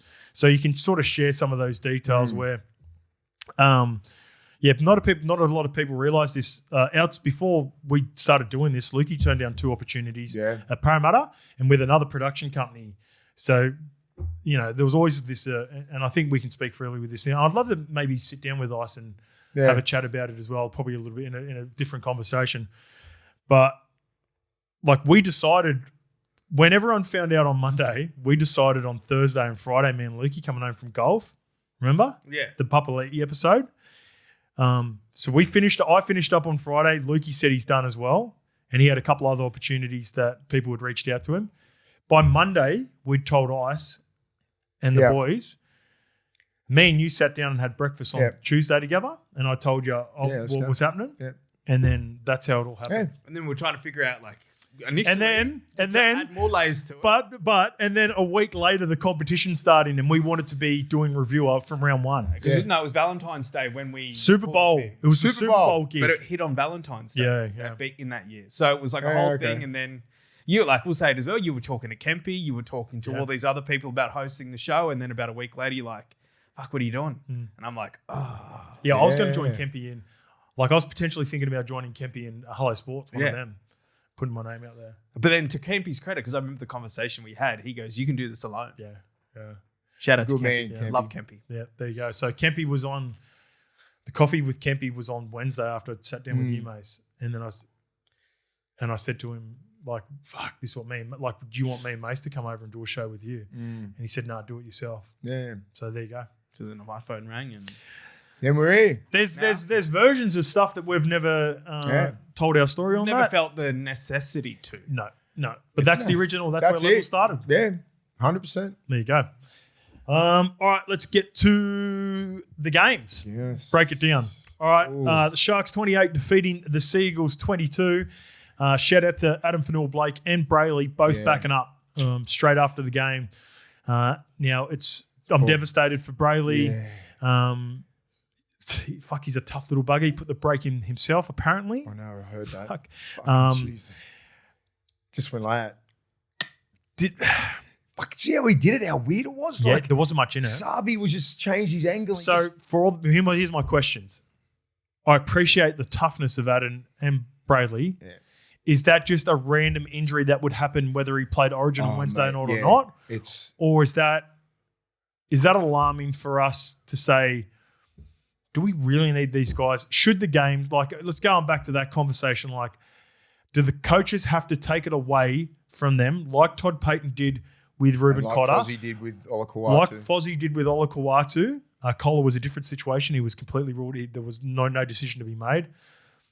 Webby did it with Metcalf and, Mitch Barnett and Kurt Capewell, because guess what? He lost Mitch Barnett last year after game 1 to an ACL. So he had PTSD. Has just been fucking right, and they're both OGs. Ivan does it with the 3 older guys who played a shitload. Let Casey play, who had only played 20 minutes. I think Fitzy is smart enough and mature enough to go, do you want to play? You ready to play, right, bro? And Brayley only playing 20 minutes, probably thought, fuck yeah, I'll play. He played 30 total. Didn't even cross his mind not to play. Yeah. Because he loves Cronulla. He's Cronulla through and through. They needed to win too. They needed to win. All these little factors, but Fitzy would have said to him, you can have a break if you want, I reckon. And he just went, no. Don't even think about it. I'm playing. Yeah, but for sure. I know that. But I'm just saying. But taking it away from them. But I don't think you take it away from someone who played 30 minutes. If he played 80 in the middle, like a massive stint. Adam? Well, Fanua, I think Fanua-Blake's just a beast. He just doesn't care. And he knows he would have been reading a few little things, people sort of questioning it. And he come out and said, get fucked. I'm still that dude. I think he needed to do that. Brayley, I think he's just a competitor. I don't think it even crossed his mind as soon as he finished that game. I'm playing. I love the mentality for the Yeah, players. but- When Lukey puts his finger up, he's keen for something. Got a- So Go on, got a Lukey. question. Yeah, Go. go on. So like the NRL's coming in and they're limiting contact during training sessions now. Yeah. At Good what luck with point that. does the biggest contact you'll ever have playing an Origin game come into factor for the weekends? Yeah. But good luck with trying to limit it. Are you going to have an NRL ref, or NRL official at every single training session? No, I'm talking They're about gonna have I'm to. not No, talking about but the taking it- loopholes that they can find. I'm talking about the NRL is introducing that. So there's a genuine concern about contact. And then if they're going to be backing up 3-4 days later, or sometimes 2, Where did he back up second? he was This is Friday 48 after a hours, Wednesday yeah. game. Yeah, this was just It's counterproductive, This is right? super unlucky. This is super unlucky. Yeah, and if you're worried, and if they're trying to do that, no one plays. Yeah. Nobody plays. No Origin players play it, and then you start a big riff with the clubs because the clubs are playing these guys over $1 million. So I go, okay, if you're getting selected in the rep arena, you still have to play. Doesn't it improve the product? You got all these players still playing because you're taking the best of the best. I used it for the women the other day in my example, but it's counterproductive. Yeah, It is counterproductive. When you factor in desperations for coaches, and you'd like to think that they'd have player welfare first and foremost, but the pressure cooker of the NRL, Yeah, man. and It's subconsciously as well. Yeah. It's external Like, pressure that of you course don't. Ivan can kick the feet up and go to Nathan, Yowie, and Bizza. Like he's got the runs on the board. He's like his job is not in jeopardy one bit. So like he knows that he can. He knows he's got a team there too. Yeah. You trust that Yeah. team with everything. He knows next man up mentality. Look, this is very unfortunate for young Brayley. And I know that NRL are trying to change this stuff. Otherwise, and if they do change it, it's very counterproductive. And because you're having the hardest game in the world on the Wednesday, then you expect these guys to back up. Me being old school, I expect them to back up. These players they want to back up. The coach needs to take it out of their hands, or the NRL needs to take it out of their hands. But guess who pays them all this money? The fans are going to get. The fans are losing. Their value. Everybody loses. That's my point then. So if the fans are paying the money and the broadcasts are paying the money, if I'm the broadcast, I want Nathan Cleary playing. If I'm the fan, I want to go and watch Nathan Cleary play. Yeah. So if they could you do is it at a point where we could do a standalone, or is this Wednesday such a vital monetary gain? It's having never Origin? going to change, mate. It's going to be Wednesday forever. How about this? There's no really perfect solution, No. but just thinking about it, and this there would be blow-ups. So I'm already thinking about what the pushback would be from the clubs. But I know you said it's a badge of honor, and 48 hours is easier than Yeah. 96, but is Games that right? change, Correct mate. math? Yeah, 96. Yeah. If it's Friday games, should just be that's unacceptable. 48 hours after Origin. If you've played agree. if you've played more than a half a footy, right, in Origin, then it should be removed from the decision. Yeah. You're not allowed to play on Friday, and even maybe Saturday. So only if your game falls on Sunday, which would be 4 days removed, which we see examples of 5 days in the NRL. Like there's a gap that's supposed to be a gap every week for NRL. You can't play, Yep. and teams aren't scheduled to play each other unless they've got at least And I 5 don't, days and I don't rest. like hearing the old school players going, we used to back up all the time. We used to back up. Yeah, I used to back up too, but that was in the fucking 2000s. The game is sped up to a fucking ridiculous speed. NRL is as quick as it can be. And then to back up 2 days later, look, players can do it, obviously. They can do it. But you got to take it out of their hands. And if you take it out of their hands, then they can't do shit. Because otherwise, they will play. Players will play. That's what I always say. And just like, and that's what Brayley's built like. He loves fucking Cronulla. He doesn't want to let his team down. Same as Fanua Blake, same as all these other guys, right? Until the NRL take it out of their hands. And the coaches won't. The coaches will not. They'll be like, oh, do you want to play? Like, / you're fucking playing. You know what I mean? Are you good to play, Mace? Yeah. Of course I am. Cool, but you're not unless you're proper injured. To your point, 6 games that works out. That's 21% of your season that you miss. It's a hard one, and this is why Yeah, it's you're so right, 'cause you got the it's so before and weird. after. It's so weird that we're the only competition in the world that is, pretty much a exhibition game is the biggest game of our whole crazy. schedule. Until the World Cup this year, I think that's. Yeah, I know, but like we have 3 of the hardest games in the middle of the year. It's Yeah, but just that's still- it's never ever like that. What's your comparison with the World Cup? I just think it could be shifting once we realize how much fun a World Cup is, and then I still it's not think shit. Origin's going to be Origin, but I still It's think never there's going to shift. Origin is the pinnacle of the game, and it's just stuck. And it sucks that it's right in the middle of the year. They need to tinker with it a little bit if they want these players to play on the weekend, or do they stand alone, or do they need to fuck around with it, because Origin is 40% of the revenue that we earn the game, and it's like, does it deserve a standalone 6-week rep window, which we've been talking about, where you can play your city country, you can play New South Wales versus the Origin, you can play in a 6-week Pacifica Cup, you can do all that, right? And if you're not in those teams, you can have a rest or get better and try and get into those teams, and that's it. Like, that's what you're going to do. Otherwise, there's going to be a fucking argument between the clubs, the NRL. You want to put these little concussion protocols in, you're going to get kickback from an NRL team. Like, fuck, you're going to come in and limit our collisions. I get it, I understand, but you can't make them play on a Friday after the hardest game they've ever played on a Wednesday. So let's find some common ground here. I don't think many people would push back on eliminating the players who played Origin from playing on Friday. I think that's a great start. That's a starting point. Saturdays, that's a discussion. The amount of minutes too, I think that's a good point. That's hard still, because then it's like, who do they give the Friday game to? Is it like a loss? Exactly right. You Yeah, and that would change. You would think that would change week to week, year to year. And it goes by the same team wouldn't get fucking Friday. If there was a pattern, people would block. Like Friday, don't give it to Penrith. Definitely. Or Brisbane or someone like that. Or a Friday you do give it to Penrith. It's like you do. Like you give it to Penrith because those guys are going to get rested anyway. You know, it's a hard one. Yeah, I guess so. So Ivan rested him on Sunday. So why give it to Penrith? He was going to rest the players anyway. Penrith versus fucking Wars was still the best game of the round. So Channel 9 should have picked that game. Yeah, anyway, it's hard. It's a hard one. And the next people are going to think we broke down the Sharks and Seagulls game for fucking 15 minutes. No, we just solved the fucking problem for New South Wales and Queensland and the NRL. Hey, Trindle. Hypothetically, could Trindle run a team and win a comp? And then I've got examples here as well. I was watching this game, and there are every now and again there are whispers around Nico and his security at the Sharks, and mentally where he's at, and he went through a couple of rough periods over the last couple of years around Origin time.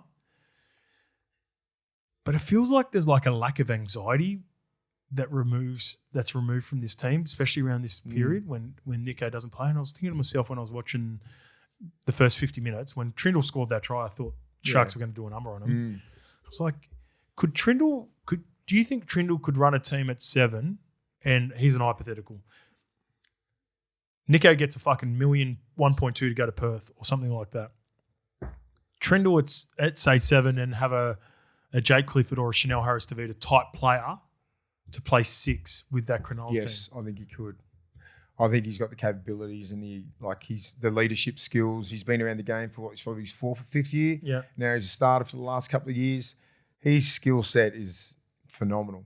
And he's a leader. They love him. You can see that. Tackles well, good in defence, good in a lot of things, kicking game, everything like that. All these little things that you want from a half. You can't have two. Like when you say iron sharpens iron in the front row and everything like that, but not in the halves. So they've sort of nearly figured it out this year, I think, because Nico's having a bit of a better season. Yeah, Nico's been playing well. He's been all right. So and the same question is a hypothetical for Nico too. Yeah, could Nico run the whole thing? Could he? Yeah, definitely. Yeah, so one of them could possibly go. Well, they're already making some changes, right? Because Ramian and Qatar are going. Are they looking at their team the way it's currently? And the halves are the big one. Like, I feel like Brayley, before he broke his arm, was dominating, controlling the game at 9. So therefore, do you need a 7 and 6 with the talent of Nico and Trindle, or would you prefer to have one? And not to say, no, I'd rather have one. I'm not trying to send Clifford away from the Cowboys or Chanel away from the Warriors as well, but that sort of play where they're more of a complementary piece rather than wanting to be the guy. Chanel Harris-Tavita he's playing good. Fucking outstanding. Yeah. I'd love to have him as a 6. Yeah. Good kicking game, defensively, the best defensive 6 in the game. Him and Ethan Strange. But I reckon they could hands down have just one easily because of the fact that how Brayley plays. You can have a complimentary 6.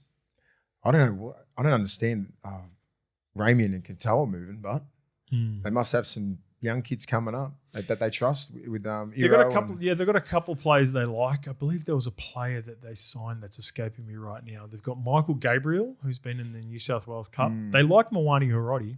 Yeah, they like him. Yeah. I don't know. You know, I'm not completely sold that he's a long-term option for him. Yep. Sifa Talakai's taken off to Perth as well. Is it Liam Ison you were thinking of? Liam Ison's a fullback. Oh, right. Yeah, Stone Street's going all right too. Like he's got got a job. re-signed. Yep. Yeah, that's what I mean. So just that would have been a hard decision. Stone Street or Katoa. Yeah. But What about Katoa's- Stone Street's beat out Ronaldo for that left wing spot too? Yeah. Ronaldo's on the right. He's going all right. Manly, I thought Fogarty's kicking game kept him in it Oh, too. mate. Him and Brooks, fuck, they've been good under Fosball. Yeah. Like they were the two that were, keeping Manly in it and made it a contest for us. Even got them back into the contest and kept them. They fucking nearly won. I thought they were going to get really handed to, or whatever the halftime speech was. He's good at that as well. You know, he got them out there. They scored, try. They got that team that can really bust you up. And I reckon you put Kola and you put Olakwatu in that team, they win. Yeah, I think so. They win because Olakwatu would have terrorised that edge. And it was just like I like Jackson Sherab as well, the young back row. he had an off game, He didn't he? had a couple of drops. couple of 6 agains. Some momentum switches, some Didn't get to mark it. Brayley exposed him to Yeah. the middle there. He's good. Straight through. I think he's going to be a good kid. He got hammered in the socials. By yeah, the but he's fans. like, what's his third game? third. Yeah, that's what I'm saying. Like his third game, like he's been put on a starting edge. Like he's not. Some players aren't ready for that yet. It's a different beast when you're coming off the bench and playing 10 or 15 minutes. Knowing you have to play 80. Knowing and you might be in the middle there. Trying to conserve your energy. Yeah, like it's different, mate. You're going to get exposed here and there. It's all about learning. So I don't understand it yet. I mean, with the age of social media, they can say whatever they want, but he's going to be a future player. Clayton Farlolo. What do they do with him? He's a gun. They're probably going to have to let him go. I mean, like at the end of the day, like in a year or two. So like, he's got one more year next year. So whatever that Yeah, deal is, well- it's fucking unders. Yeah, He's a good player, mate. he's a starter. He's a starter. Starter in most teams. He's everywhere. He's strong. Did not drop a ball. Yeah. Like, is he a fullback? Is he a centre? Is he a wing? He's just I everything. don't He's know. just a back It's five. awkward. He's back five. Yeah. Runs the ball hard. Does everything right. Good skill set. Safe. Talks well. Fuck. Turbo's coming back in 2 weeks. 3 weeks. Something like that. Yeah, close. He's close. He was on. Kohler comes back. Cole's they're going to Olakwatu. miss next week. Yeah, but so just say after Origin they get a full complement of players. Then what do you do with Farlow? Don't know. It's Don't fucking. know. It's hard. He's got to be in the team. He's got to be in the back line. Or does he stay at 18 or 19 because of the fact No that way. no, I think he's done enough. he takes subs, spots. So, yeah, I think the obvious one is Sabi. Another option is Sabi's. They've got Sabi on a fucking 3-year deal or something. Sabi. So Ruben Garrick's taken off next year. He's rock solid. Yeah. Do they? Well, you look to the future, do you? Do you look to the future with Farlolo and go, let's give him a shot, or do you play Turbo on the centers and then keep Farlolo? It's a good problem to have, Yeah. but it's problematic when you think about Ruben Garrick going next year. You're like, do you give him one more chance? Do we have a genuine chance to win the comp? Can we go out like that? Do we need Ruben Garrick? I would 100% drop Sabi, but Yeah, same. I understand how business works Yeah. and contracts work. Yep. It's not always the best players. Sometimes it's the contracts do dictate Yeah, it does. selections. And, and that's something that Fozzie's going to have to deal with now as a head coach moving forward. Yeah. Because, I don't know. I would never speak to Fozzie about selections or anything like that. But, yeah, I think Does everything right.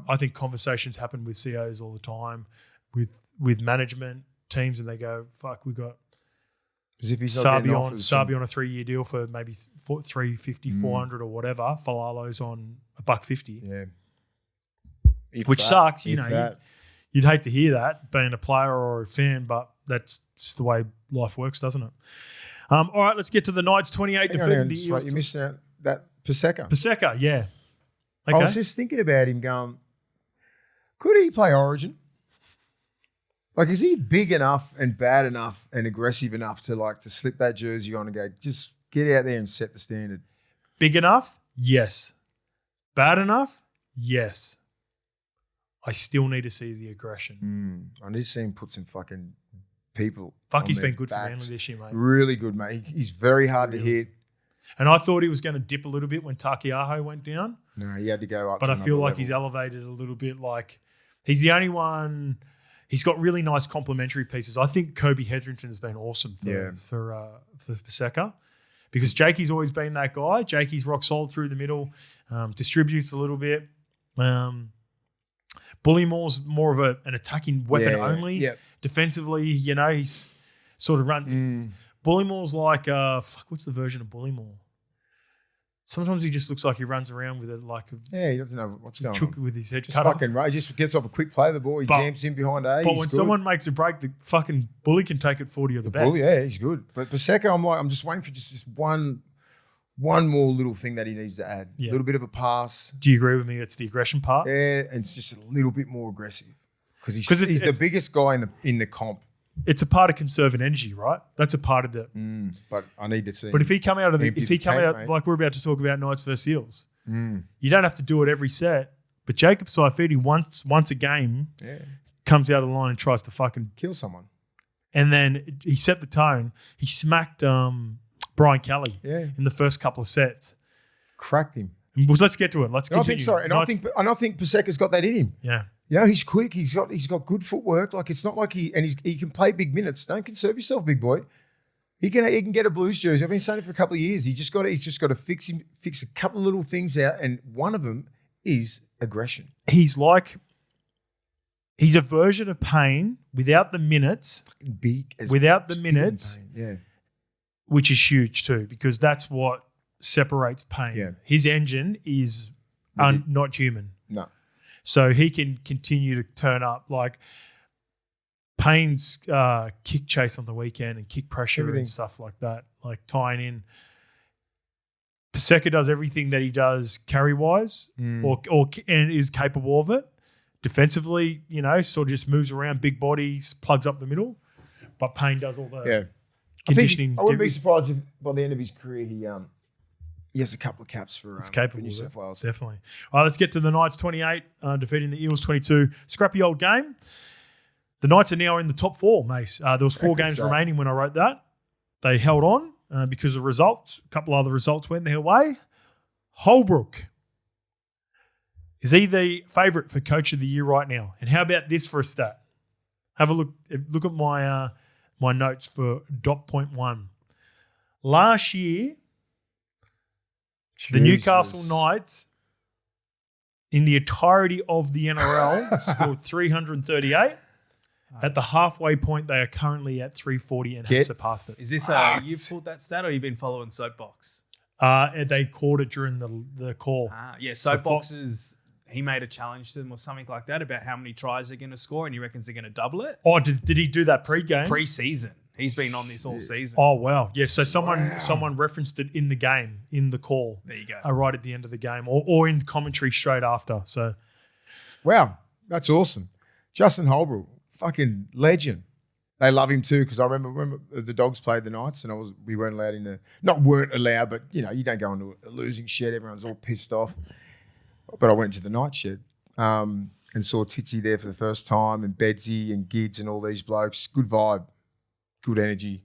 They love him. He's a Newey boy too. What's the biggest representation of? And you've got a really unique position where you can go into the sheds and see it. What's the biggest, representation of how beloved he is right now and how much everyone loves him? I don't know. It's KP extended 2 weeks ago. Oh, did he? I didn't know. Yeah, KP's done. He's extended for the next couple of years with all that shit, like chat around him being unsettled, him being unhappy, him going to All Blacks, him going to the Roosters. Yeah, I didn't know that. We did discuss it 3 weeks ago. Okay. But it's, I didn't know. Fuck, that's huge. Yeah, so he knows they're building something there. Yeah. They are building something. You don't sign unless you believe in the head coach. No. They've got some good pieces there, and give me the Coach of the Year right now between Webby, Foz, and Holbrook. Not Webby. Webby's been around for 4 years now. And to clarify this for Waz fans, it's always the most improved coach gets it. Yeah, right? like he's been top four, and they all that just sort of slipped stuff. out of the top 4 at the end of last year. It's he's been up there. So it's out of Foz and Holbrook. Interim coach has never won Coach of the Year before. if the Eagles finish in the top 6, Yeah, he gets it. and the Knights sort of slip out or somehow don't. So you've got interim coach against wooden spoon coach, as in the team that was wooden spoon. So 2 new coaches, and it's the most improved coach of the year. Let's not fucking get it twisted. How many spots does Newcastle have to beat Manly out by for Foz not to get it after taking over a team week 3 and 3 losses at the start of the year? They both have to finish in the top 8, right? They both have to. So that If one doesn't, no one can then see that it. eliminates If one it. slips out, one Correct. gets it. So I'll just say if one of them finishes in the top 4 and the other one's like 7th, that one's going to get it. Okay, I think That's I'm what happy I with think. that. Yeah. It'll be Who where do you think it'll be makes where the they list? finish on the ladder. Because the wooden spoon and what the Knights have been through in the last 3 or 4 years been fucking awful, right? No, only one bad year last year. 2 years. The last 2 years. They scraped So into the 23. 8th. They scraped into the 8th the year before. So like, I thought it was 23 was their last good year. No, I'm pretty sure. Like Yeah. O'Brien's record of getting into the finals was not, but last year he just completely. Where'd they go 24? Sorry. I thought they missed the 8 for 2 years in a row, hence why they got fucking. They scraped in punted. both Yeah, years. 24, 8th, 23, 5th. Okay. Yep. Just. Right. But they went on runs at the end of the year, remember? Kalen's form in 23. Kalen had injuries in 24 as well. They come back and they go on and a then late run. going from that to wooden spoon. And then Spoon last year. That's fucking, yeah. No. 23, they went 8th elimination final, 25 spoon. Yeah, last year's that's spoon. what I just said. Yeah. Sorry, I thought you were talking Kayla's year still. Yeah. No, yeah. So if he turns that around and gets him into a top 4, top 6 sort of spot, fucking coach of the year. Saifidi shoots it. out of the line, first set, smacks Poor Samrani. Samrani. Poor Sorry, I Samrani. thought it was Kelly, actually. That's why I take notes during games. Lucas, second That's a kid. set, boom. He goes straight through. He's in Second one. my New South Wales squad as well. Somewhere. Oh, I've just lost my notes. What's happened there? My Miller note Has to be. My Has Miller to note be. is I don't have enough fucking dot points to fit your New South Wales Origin team in, and the Miller note just started Right, going yeah. crazy. Is he the fastest back rower in the comp? Yeah. I didn't realise he played centre till he got to into first grade. And I didn't know that either. Centre his whole career, and then got into first grade There you off go. the bench, started left side back row, started scoring some good tries a couple of years ago, and sort of got Frizzell out of his spot.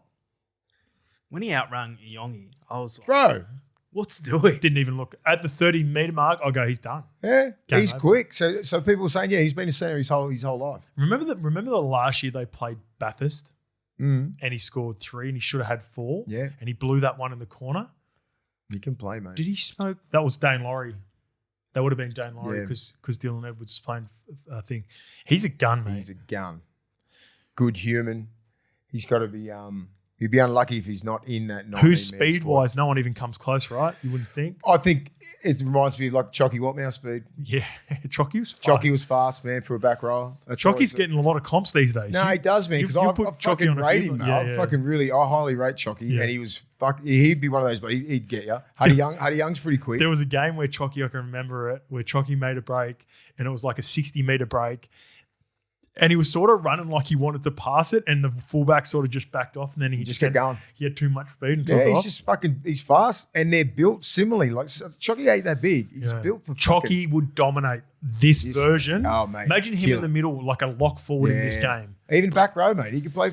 Yeah, You couldn't really, I'd just say defensively, if you got, because we come through that era where it wasn't. we're talking so- about Anthony Watmo too. Yeah, by well, the way. Anthony Watmount. We're not talking like it wasn't so structured in defence and in attack where Chocky was staying on the left edge or I stayed on the right. We could just fucking go wherever we wanted to, and then defend, wherever we wanted to as well. Oh, Yeah. fucking playing right edge or playing defending in the middle where he was like that. Chock. He could attack wherever, Yeah. both sides of the ruck. Last few and years, defend he settled in in lock, the middle. But I used to give him a spell because it got more structured back in the mid 2000s and 10s. because he right? made so Started- many tackles, and I knew how important he was. I used to spell him as much as I could. Would start off the left and go in Yeah. the middle. Yeah. He'd come and grab me like after about 5 or 50, probably more, 20, 25 minutes.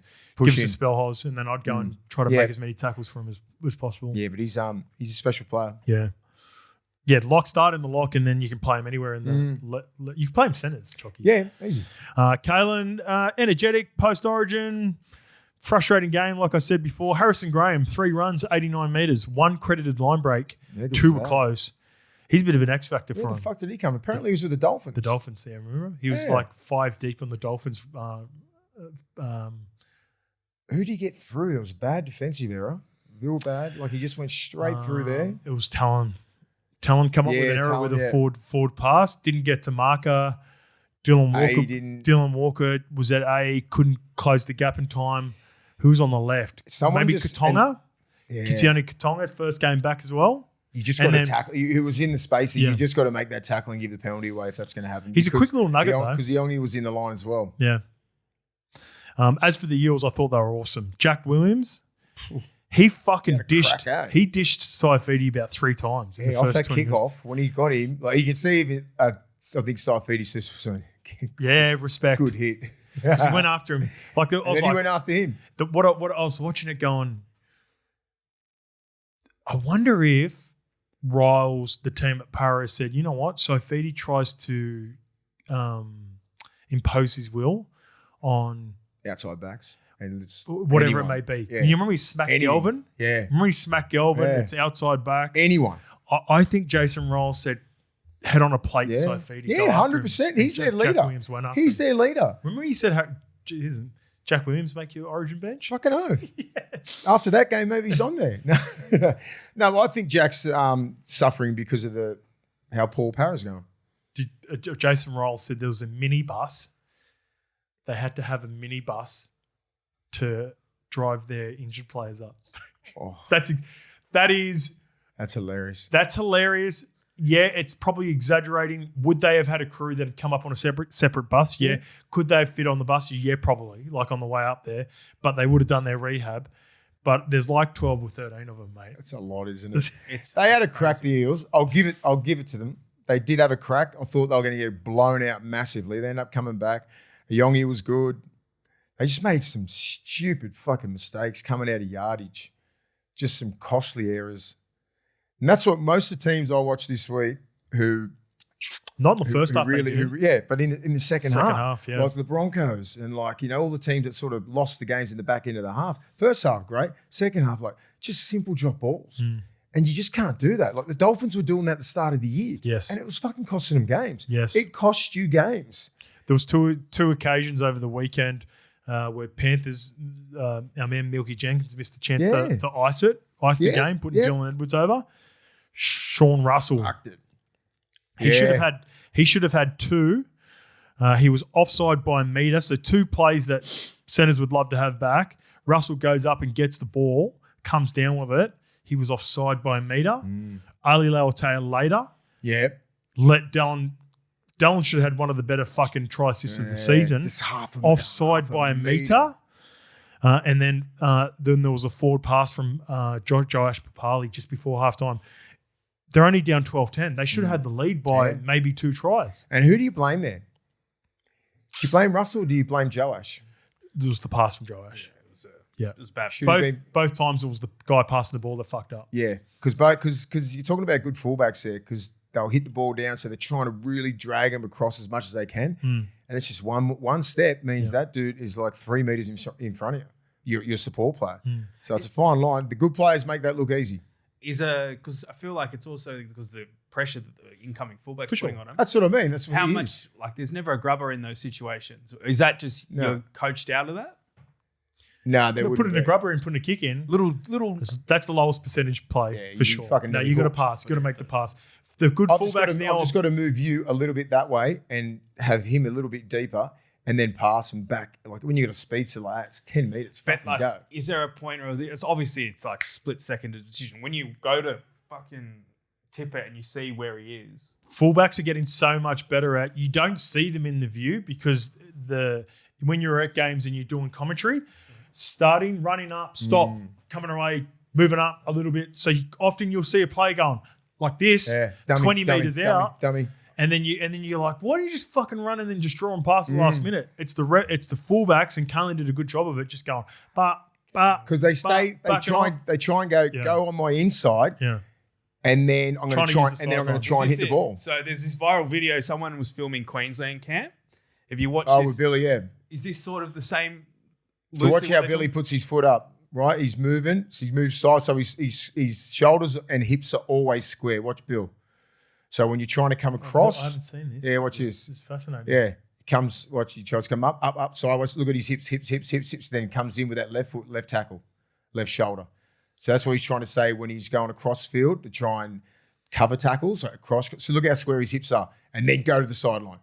Do you know what I mean? So, yeah, very, very detailed.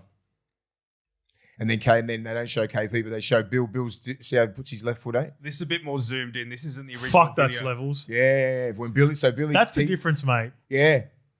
That's the difference between. See, watch. See, look at his hips, Look square. at that information just downloaded for KP. Yeah, It's but downloaded for me right now. Yeah, Thinking about you when can I see watch that. games And now. so what Billy's saying is like hip square, and then just say if they go out the back, boom, straight to the sideline, but your hips are still, so, and if they do straighten back up, that's where he puts his left foot up and then bang, see in there like that.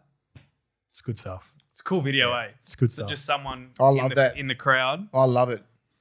Can we turn this air conditioner Off? You cold? Yeah, it's freezing. Fucking cold. Yeah, it is cold in here. I thought the VB would have kept you No. warm. Shout out to Fletchy in the VB bar. Yeah, what is it? Give me a shout. What is it? No, VB, Fletcher- just a VB, like fucking. Fletcher's sponsored by VB. Yeah, I think lovely. both as a individual and then they've got it on the show. They've got the VB bar on Fox with Yeah, right. So, Looks good. So he had a kit. We went and got a feed the other day. He spilled some fucking soy sauce on it. Yeah, I mate. thought it was you. Soy sauce. Yeah, I thought that was a cool video. No, it is. It's very informative. That is, isn't it? yeah, very good. Very Doesn't good. say much. He doesn't say anything, but you just got to guess what he's doing. Yeah. But I filled it in for you. I think you did a great job Yeah. with it. Yeah. I'll text KP and ask him later on if that's exactly Is that what he said? Send him the Is that clip. exactly what No, he I'll said? clip it up. That's good for socials, that Yeah. one for sure. Yeah. Is that exactly what he said? What Willie said? Yeah. I'll call KP and ask him that actually. It's a bit of a Bruce. Volkman. Fuck, he's going all right. Yeah, he's Volkman. good. I'm happy for him. Yeah. Man, a fuck up what they try to do to his career. St. George. Was that it? Was that the kid, the young kid? Manager, St. George The Warriors. manager and the fuck up. Like this kid could have ended up playing local league. Warriors Yeah. fans blow up at me when I talk about that because there's zero accountability for them letting him go. No, they just let him that go he's and just injured. said, see you later, guys. It's bullshit. You can't do that. I'm glad he's fucking killing it. Yeah, good on him. Good on Do you him. think he plays 6? Do you reckon is... Pezzik got re-injured his hamstring last week. Yeah, but I'm talking like long term. Long Do you term? think I Riles would- is I looking would at him be. like that? He's I definitely wouldn't be he's, looking at Pezz's because Pezz's going. No, I'm no, talking as in like for next Volk- year. Volkman next fuck year. yeah. Do you reckon Yeah, Riles is... 100%. Because it's like, we're sitting on all this cap. Well, he got asked. Yeah, that's the problem. Here's a big problem for Para that hasn't been addressed. And someone DM'd me, and I was like, "Oh, all right. Here's the time for it." Para right now, they're in an interesting position. They're struggling to attract top tier talent right now. Good players, I wonder why. good players, but I think it's just the nature of the three big clubs would like just say, let's use Mitch Barnett as an example. And they've been in discussions now with a couple of players, and especially similar to you guys with premier front rows and been missing out because they've been looking for it. Most players and managers' preference would be if teams approach them in no particular order: Broncos, Roosters, and Panthers right now. Because before the Ivan decision, this is pre-Ivan decision. Yep. If That's you've got an what that- opportunity to go to Penrith and for whatever reason they're losing players and there's a cap, probably not. It's Would probably you not live a in good- Penrith, it's, Bob? it's not a good example. Well, I could No, I'm easily. joking. Yeah, I could easily. But that's probably not a great example because they've had to be really diligent with the signings that they've made. But you look at the top tier clubs, and then also with Perth and PNG, and the money that they can top up your contract. But Para definitely in a tricky. They're in a little predicament. Would you rather live in Penrith or PNG? Penrith. I'm joking. No, you would. Ask Nathan Just for Cleary. the money. Well, For you the could. money. Yeah, you could play in. He's got a nice place too. Were you with us when we went out for that episode? Of course. course he Good does. mates with Nate, though, yeah. Calls him the prince. Yeah, you could play for Penrith and live out in, like, I remember I ran into Mitch Lot of Kenny, boys. and he was living with his missus in, I think he's living in Rangirakudji. Mate, the fucking highway is boom. Yeah. Straight there. So easy. Yeah, M8 now. Yeah, fucking best thing they've ever built. Takes me half an hour, 40 minutes to get to Mum out in Parramatta, Northmead.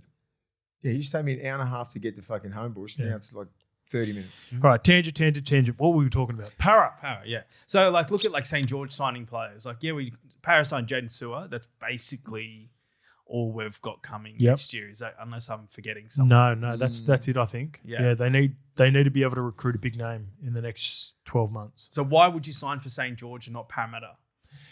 Because Money. Para are still, what's the We've got word? money. I think we've got money. Yeah, but also like having money and also still making smart business decisions are sound for long term.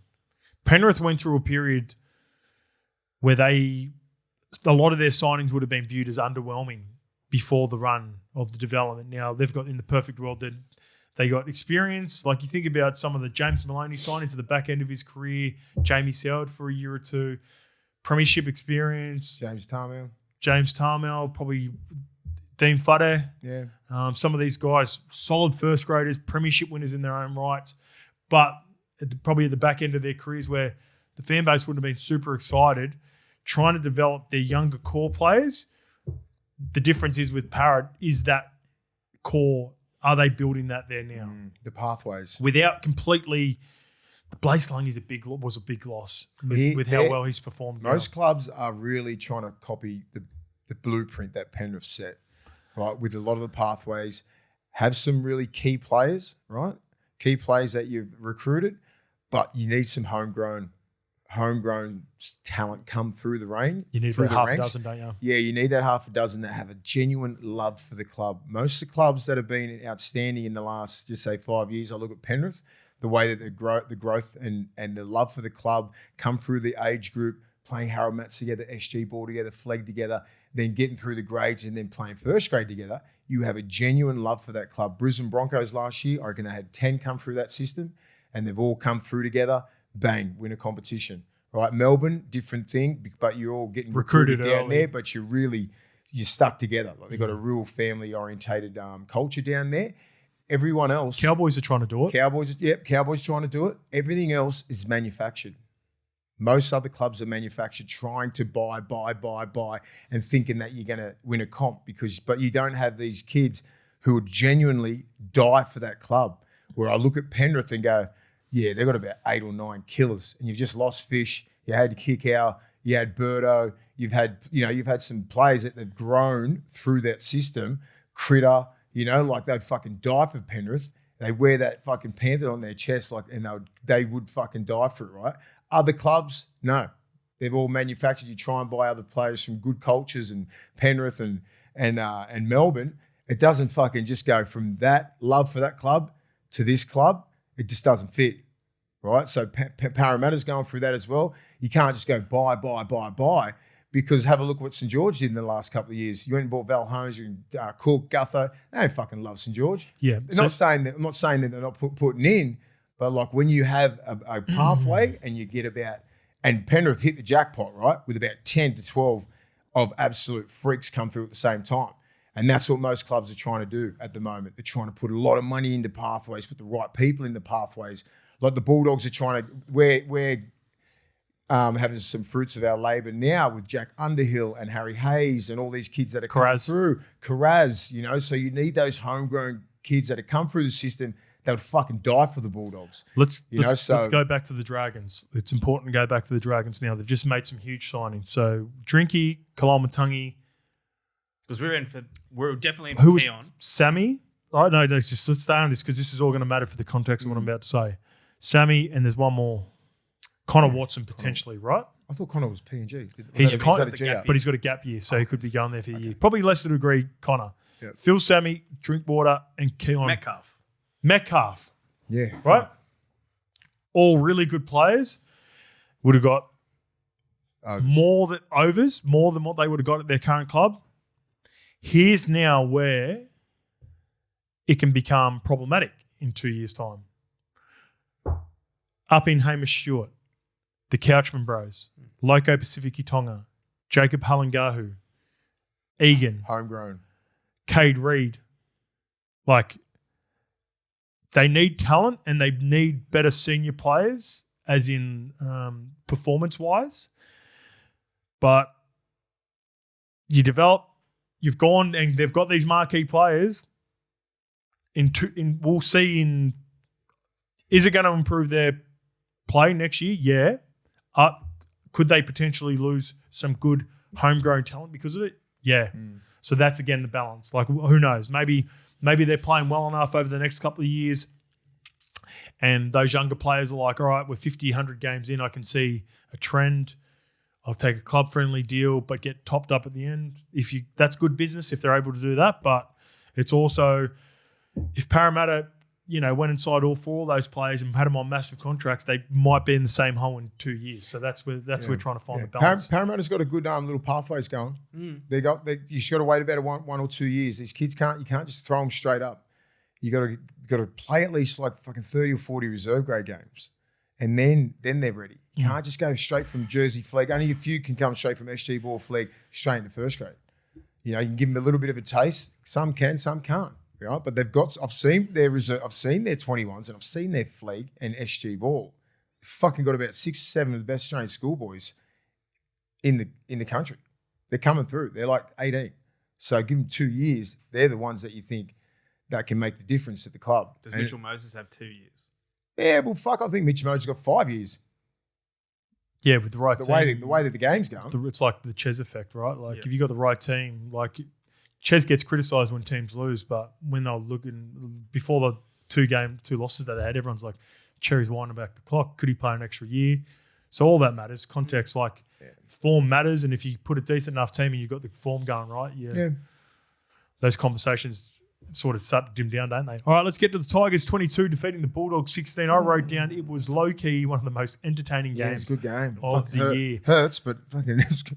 These two teams hate each other, Mace. And it will be a fun watch for at least another couple of years, and I am all for it. Very consistent with the booing for Galvin. Love it. Every time we got the ball. Love it. Well done, Tigers fans. But, yeah, this was a very entertaining game. Tigers, it sucked. Soon as you said Buller and Appy was back, I was like, oh, fuck. This sucks. Okay, here's a question for you. I threw this out on SEN yesterday, and I had pushback from my man Jimmy Smith. Yeah. Because he believes he's in the opinion Appy. I think Buller's their most important player now. Yeah. He's very influential in their games. He's a striker out the back. Their attack looks so much better when he plays. And defensively, it's not like he's not a spot player. No. He doesn't have any deficiencies. In fact, that try save on Crichton on halftime, and then also there was one in the corner later on in the game. There's a couple of where positionally just outstanding. He moves well. Yeah. The only part that's let him down this year has been that shoulder when he got it fucking hyperextended. He's a fucking gun. He's a gun. And he makes Jerome look better. Yep. Makes Jock Madden look so, because Jock Madden is limited. How bad have they looked in the last month? Awful. Absolutely dog shit. And because they can't attack teams know they can just weather the storm and then go down and put points on them. Yeah. You're not really worried about anyone around the back? Nothing. No. Now you worry. See, I mean, Appy he's a key contributor to that team because he gets the middles going. Yeah. But you can nullify Appy a little bit. He's in the middle. You can get at him. He was off in 20 minutes. He needs some more match. So he missed 3 games with a bye. So he missed an entire month. He missed a month, and that's a fucking lot of footy, especially how quick the game is. And you can lose a little bit of your match fitness. But he's very important. But Buller is the guy around the back that you are. If you're a 3-man or 4-man, you're fucking watching where he is all the time. And even through the middle.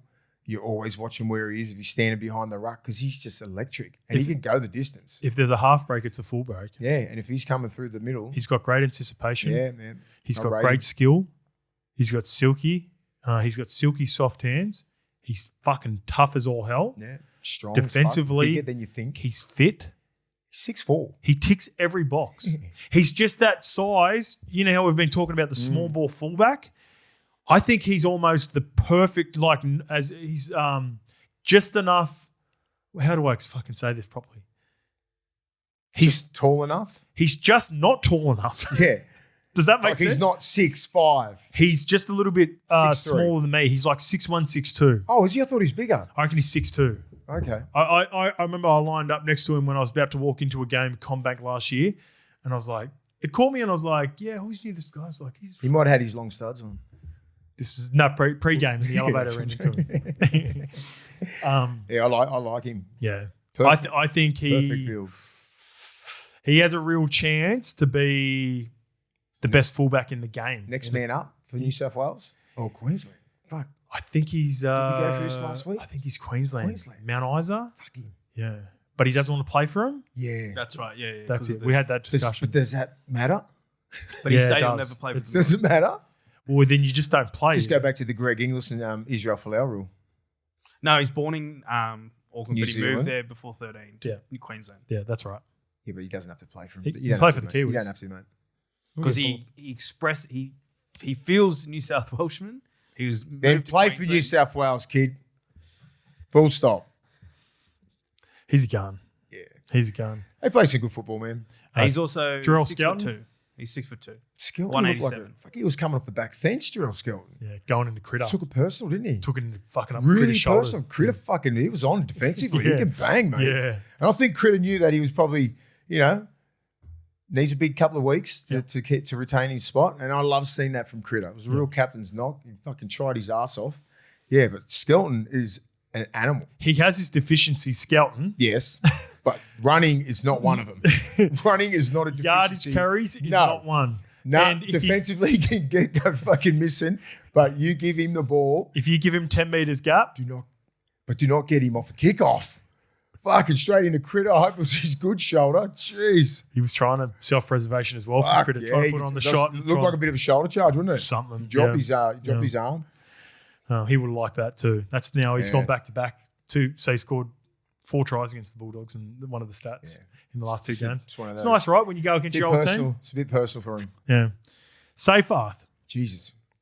So, Alex Seyfarth awareness is -10. Now, I put up He's up there with Mark O'Mealy. that's disrespectful to your man Oga, right? Are you talking about just coming in and not caring about, are you a player? You can't, your teammate as a player? Yeah, well, he's injured Twal. So Twal's done his medial. He cut Twal's legs. And I can't tell you how many times Ogre's injured players, mate. I don't think. Okay, sweet. All right, I wasn't aware of that. Oh, mate, it's awful. Training, everything. Yeah, what? So shoulder in the back of a defender. Fucking straight in your face. Fucking split Corey. Corey's got like 40 stitches in his head because of Ogre. I messaged Foz in this game and I go, Foz, are you watching the Tigers-Dogs game? He goes, yep. And I go, did you just see what fucking Seyfarth did to 12? And he goes, no. And I had to send him the video. And I'll show you the videos after because I don't want to take the piss now. I feel awful. 12's done his medial because of it. And he's fucking, He's gone in to get his cannonboard 12. Yeah. So what then, the example, the reason I sent it to Foz, we were playing, we've told this story before, mate, so I don't think you're aware of this one. In 2014 or 13, we're playing the Dogs. Foz was around marker trying to control the attacker, and I got up from legs and kneed Foz in the head. Clean. Oh. Knee in the head, flush. Foz chased me for an entire set. So I've got off the short side, got into the washing machine of A, B, and C, and was running away, and I could hear Foz going, sorry, swear jar, take it away because this is a story. Oz, you fucking dumb cunt. Ozzy! He's going, Oz! And I'm running away, and I can hear Did you know you did? I felt my knee was sore. I fucking nearly gave myself a dead leg. That's how hard I hit Foz, right? So I was like, oh, fuck, my knee's sore, but I'm trying to run it off. But also the play's going away. Yeah. So I'm pretending like I'm focused on, but I can hear Foz the whole time. And I'm going, Foz. And he's going, Ozzy! And then he finally gets me, right? There's a break and play, and I get back and I'm walking back to the left edge. He goes, you fucking hear me, you dumb cunt. And I go, yeah, I know. I'm sorry. Right? I didn't mean it. I go, I'm sorry. He goes, will you fucking say something to me then? Did you tell that with Lara Pitt on that coffee? No, not on that. I told him on our athlete. What about will you say something? Yeah, so he just goes, well, fucking say something to me, because I hit him flush, right? And I'm watching the game, and I seen Alex Twal doing it to Seyfarth, and Seyfarth's running back on side like his fucking bobblehead going everywhere. And then later on, not long after it, fucking Seyfarth ends up running into Goff. Now Goff gets in a weird position, and he's sort of drifting across the field, and I was like, but this fucking Seyfarth, like, what's going on with him? And then I went back and watched two different contact by Seyfarth. You know his best game, Seyfarth. No. Let in a couple of tries. He's struggling a bit this year. Yeah. He's been surpassed by Royce Hunt, taking that impact from him. And he was playing big minutes, and he's just sort of out of the rotation. Yeah. But so I went back and watched it. I'll send you guys the examples. I'll screenshot it. Yeah. He had the ability to move out of the way of Peter Goff, because I was watching that going, was that Goff, or was that, did Seyfarth go looking for that contact? And then I went back and watched his contact on Grant Atkins 3 weeks ago at Magic Round. And again, he's trying to hit refs. He's not trying to. He's, you know how players flop when they, like for escorts? He's done it to 2 referees now. Oh, God. Was it the same guy? Alex Seyfarth back to back. Goff on the weekend, Atkins in Magic Round. Have you got it? No. I'm just trying to. You're looking at it. I'm trying to. If you want to see the example, go to Lukey. You can have a little look while we're talking. It's the last try at Magic Round for Sabi, where he's trying to push through the inside. He's clearly got Grant Atkins in his vision, and they fucking run into each other, and they both hit the deck. No, I was just saying if he got potentially a charge in post. You know, someone got that the other week. Anyway, Seyfarth. There you go. Yeah, let's get to the Bulldogs. Actually, before you switch games, I've got the mic now. There was a bunch of blokes at Chatswood, the pub I was having dinner with Mum. They're like, Lukey, levels. This with Hoz and Mace, this guy over here. And that's like 14 of them. They just brought over about 87 Sam Booker shots to the table where they were going hard. Sam Booker? No, I was just dinner with Mum. You know? Oh, yeah. Come on, mate. You still have a shot with the punters. You don't like the punters. Why are you off the punters for? I'm off the punters. More mate. Ruder than what I am. I was trying to watch the game. Had the game on. So shout out to the never meet your heroes. That's what they say. Before I move off this, speaking about the rotation, there was like over the weekend, I don't know if it was one of those days where I was just like, it's the same game. I noticed something and it made me like him, feel like I was more engaged in his performance. Lachlan Galvin's haircut. I like it that it's more business. And then I was looking at Sione Faunu's haircut. I'm getting old because I'm looking at Sione Faunu's. No one's talking about Sione's haircut. He's got a perm. I know he has. I've known that for fucking since day dot. Well, he's been rocking it for about a month, and I'm like, why is no one ever like, that's not 6 again? No. They just haven't had really Who does he look big like? Close-ups. It's sort of fucking Rick James. Grows any longer. I'm trying to think of fucking, Dominic Young looks like Rick James if he cut his fringe. He does because he's got that little bow too. If he cuts his fringe, it's fucking. He reminds me. What's the OG Friday movie where the guy Pinky? Not Pinky. No, Pinky is his own levels. Pinky's the best. Friday 1 movie. You know and he's in heaps of movies with Eddie Murphy, and he's got like the shell cap on. Is that him? I'm trying to know. He drives the bus and he drives the ice cream truck. Yeah. Does he take his hat? Does he take his ice cream? Playing with my money is like playing with my emotions. Is that dude? I've got it wrong. I should have prepared but I love the Fauny brothers. He's going good, man. He's playing good. Fucking hitting like a truck. Got to do something with that. That lid ain't it. Is he trying to is it? I don't think they've had too many close-ups of him. That's why people aren't talking about it. Yeah. He needs to score a try. I think it's one of those. I think it's one of those things that there's like definitely some Eric that needs there's some growth. He's trying to get to something, and right now he's going through some growing pains. I want to see the end result. Lockie though, I like all business. I like Lockie's haircut. I was just thinking about it too. Here's some of the notes that I got for the Bulldogs. Yeah. Leo Thompson, he front loaded in this game. Mate, he's got an error in him, and you know sometimes he risks missing contact, but he goes after it. He's been big minutes. He played the first 57 straight. Yeah. He had high expectations coming in. The fan base are starting to turn on him a little bit. One thing that was evident that I was watching is he's fucking going after it, and. It's just one of those things where because you guys are not getting the results, I think he would sort of the perception of him would be different if you guys were winning. Yep, I think he's going after it. There's no I think Max King had a good game. I'm here going, fuck, we had a crack. As I said before, I always say it's just not the fact that we lose, it's how we lose. Yeah, that's fair. And it's just sucked that we lost this game. It was right there. It was winnable, but credit to the Tigers' defense. We had some fucking good ball at them. Are you even? Are you proud of the way that they? I'm proud. I was proud of their performance. Yeah, and I know there's some calls. I saw Ciro's depressor. I'll break them down. Bit of that. You'll get more into that, but I thought, fuck, they had a crack, man. I'm not sure what else you can do apart from fucking score more points. I get it. Yep. We still look disjointed in attack. Right? Yeah, execution looks a little bit there was off. A couple of sets we had 18 tackles and Birdo touched the ball once and Cherry didn't even touch it. He's been our most dangerous player. Critter needs to get the ball more in important positions, not pass, just give him the ball. It's not under 12s. Yeah. Put him in a proper position. I think Satili Tupanua was fucking outstanding. He's the only one who looks likely. Yeah. He got us back in the game. And it was a beautiful play. They just running hard. When you're down on confidence sometimes, and Ciro said this in the presser after, sometimes it's like he just tries to score. Just fucking run hard, mate. See what happens. He tries to run through people. He's another person that I'll be fucking nearly in my blue squad. I said that at the start. I'm telling you, he'd be brilliant off the bench. Yeah. He doesn't do anything wrong. He front loads everything, that man. I love watching him play, but yeah, it just sucks. He got us back in the game, but they just scored some.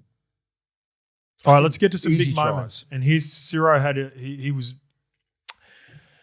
filthy after the game, and I went back and looked at all the decisions that he talked about. You know how much I love Ciro. Charge down. You know how much I love Ciro. We'll break them all down, mate. So yeah. I've got them here. So he was more so understanding the decision around the charge down for the current no try. To the letter of the law, it's no try. Doesn't mean I like it. In fact, I hate it. I don't know what the fix is because... Which angle is he supposed to come at? I know there are only a couple examples of it in the past few years. And I think we overdo it with the protection to halves, kickers, and playmakers on occasions. But if it prevents a season or even career-ending injury for someone who gets exposed... Yes. I'm happy with eliminating any contact to the foot or leg. I understand that. Because it's super dangerous. It's very dangerous. There was, I do radio with Sugar, right? And when I was coming through the grades, there's a guy called Tony Kane whose career was... Cronulla kid. Steve Price. Now, that's an extreme example, and that was 20-plus years ago, or nearly 20 years ago now. We had Lockie Ilias a couple of years ago when Freddie Lussick hit the leg. Jamie Feeney on Scott Prince in 2001 there are examples, nearly ended his career. And there are big gaps in between those happening. But in saying that, I'm all for, tackling a player and getting them to the ground, the rulings that they've got now. But correct decision? Is that right? Correct decision? Well, it is. To the letter of the law, It's like you can't touch the kicker's legs. And I'm happy with it. And he touched his foot. So worst case scenario, what if he hit his foot that bad that he's, tib fib and, medial, ACL, you don't want that. So he's just trying to eliminate all that from players. Sometimes you can hit the foot that's kicking and it affects the plant foot as well, which is problematic. And I understand. So it was a rough call. It sucks. It hurts. But they're the rules. Ciro sort of half understood that one. It's just frustrating. You're getting him straight after a game after a loss. Benji was sympathetic. No, this is why I'm going to break them all down, mate. Yeah. So Benji was sympathetic to Ciro in his presser after as well. The one he was filthy about was the Skelton try the very next set. He said that Taruva was offside and then runs into Karaz. Yeah. I've got line ball on Taruva, not offside, and I've got incidental contact by both of them in Karaz and Taruva. We're both going for the ball, and the ball took a weird bounce, and they were both at fault, in my opinion. That's my take on that. Your thoughts? Yeah. Do you think Taruva had more obligation to... Did you think You're all Taruva 50-50s with this, and that's interpretation and everything like that. And you can't sit there. I can't sit here and go and argue like 100% it was like, sticking up for the Dogs. I'm like, I get it. Like, fuck. And I also understand the bias of the coach after the game and potentially people in the box going, what about that? Because sometimes I've now had the ability to be up in a box. I know how many different scenarios get tossed at a coach whilst he's coaching. Yeah. So there's one thing that I've been able to use now to understand. All right, when you get into a presser, sometimes I'm really critical on coaches, right? Like, why are you saying that? Hold back. But I understand now that an incident happens and then assistant coach has this assistant coach there. It might be a player at the back, and then the game goes on, and that's been ingrained into your mind that you were hard done by. Did you hear Billy talking about that on the Sunday Footy Show in terms of like the Kalen send off and having an opinion in the presser and whatnot? Yes, I did. He was more just like, I just got to focus on the next thing versus the incident. Yeah. So that's what I'm getting to a little bit here with the constructive criticism for Ciro. And you got to understand, just say with Ciro, you're like, and people need to understand this with all coaches after these depressors, right? Look at the position that we're in. Must win fucking game. Everything matters. Every fucking play matters. Everything. So when you get dusted by fucking 6 points and you can go back and reflect on little things, you're like, it starts to amplify. Well, I think this is the reason. Times 1,000. This is why I'm bringing them up. If we'll come first, exactly right. Yeah, so this is my point. We're going back, and I think he'll go back and have a look at all these. He talked about the example of Critters no try against. He doesn't allude to who the play was, but I'm assuming that it's Tavana's try when Tavana goes up, catches the ball, and there was a slight little bit of doubt whether Tavana got it down. I'm happy with both as well. Yeah. I don't think Critter got the ball down. And in my opinion, I think Tavana, there was not enough evidence to overturn it. In fact, I think Tavana got the ball down. So I think he got both of those wrong as well. Yeah. And then he talked about Galvin's error and saying, in alluding to, it was the wrong call. But here's the part that sucks for him and the Bulldogs. Galvin thought that was the case. Critter had a captain's challenge. Oh, yeah, I know. And he didn't use it. And then it took him a while, and then he realised, and then they tried to go back. I'm still not even certain they win that though, mate. I'm not.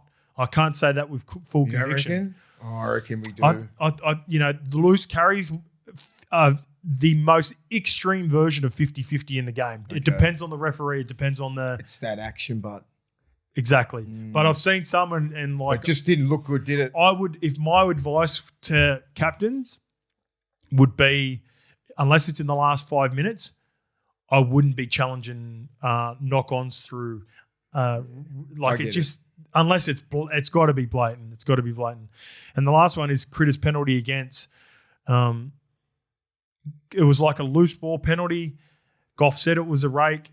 But I also just think it was like a second later than after Goff had caught held. So for my biggest thing is, I'm not wavering on my belief on Ciro too, by the way. Yeah. But I'm just saying he's going through a tough period right now. Yeah. And the reason I praised Webby for so many years, like especially at the start when he was trying to change the narrative there at the Warriors is, like referees' decisions, coaches, anyone. I'm talking to any coaches right now because like when we get to media, whether it's Channel 7, you're on Fox, or you're even just doing SEN, we're looking for bites like this in the media. And if you go and look at the comments section, your own fans aren't buying it. No, they're not like it's bringing up coaches, referee decisions. To critique, especially if you've got heaps like this, that's not doing you any good. No. And in fact, I think when he goes back and has a look at all of them, in real time, like being able to sit down and look at him, he's probably going to regret a couple of them. So this is one of those games where I watched 6 games yesterday because I missed a Saturday. Yep. But I saw the depressor before I saw the game. Oh, okay, yeah. So I was looking at it, like, what was he trying to match what he was talking about? And I was like, and where do you sit so on all totally those things that I talked about? Yeah, like I'm pretty. Yeah. He'd probably be thinking, going, Yeah. And that's at the heat of the moment. That's why I keep trying to tell these guys. Sometimes depressors, you're fucking at your highest emotion. You lost the game, season on the line, more fucking hate, more this, more pressure, more pressure, more pressure. That's what happens in coaching. So how should he attack a depressor? Straight bat, Billy Slater. What you said before. Billy was clearly furious about the decision. I don't care what Billy says. I've been hammered before for trying to pick body language, but also when you see enough evidence of someone in the way you could see Bill, it was just like there is what it is, statements, all that sort of shit.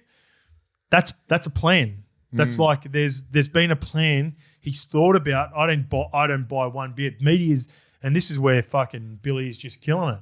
Even answering the questions for Freddie, like he knew going into Sunday footy show like what questions could be asked, even without looking at the agenda for the show, because he just levels ahead, he's and that's way ahead. What do you got? Back to the TikTok stuff. There was, when Kalen comes into the box, you can sit him in there. There's all these Blues fans in front of him with their phones with the replay going. It was funny. It's sometimes in a depressor you gotta take a little bit out of like an Ivan Cleary presser, like a Wayne Bennett presser. Where if you Belly's been doing it for years. Belly, like Bellamy, like if you don't show the media whatever you're telling the fan, whatever you're telling your players. Yeah. Like you just go in there, it is what it is. That's his decision. Whatever. Can't do shit about it.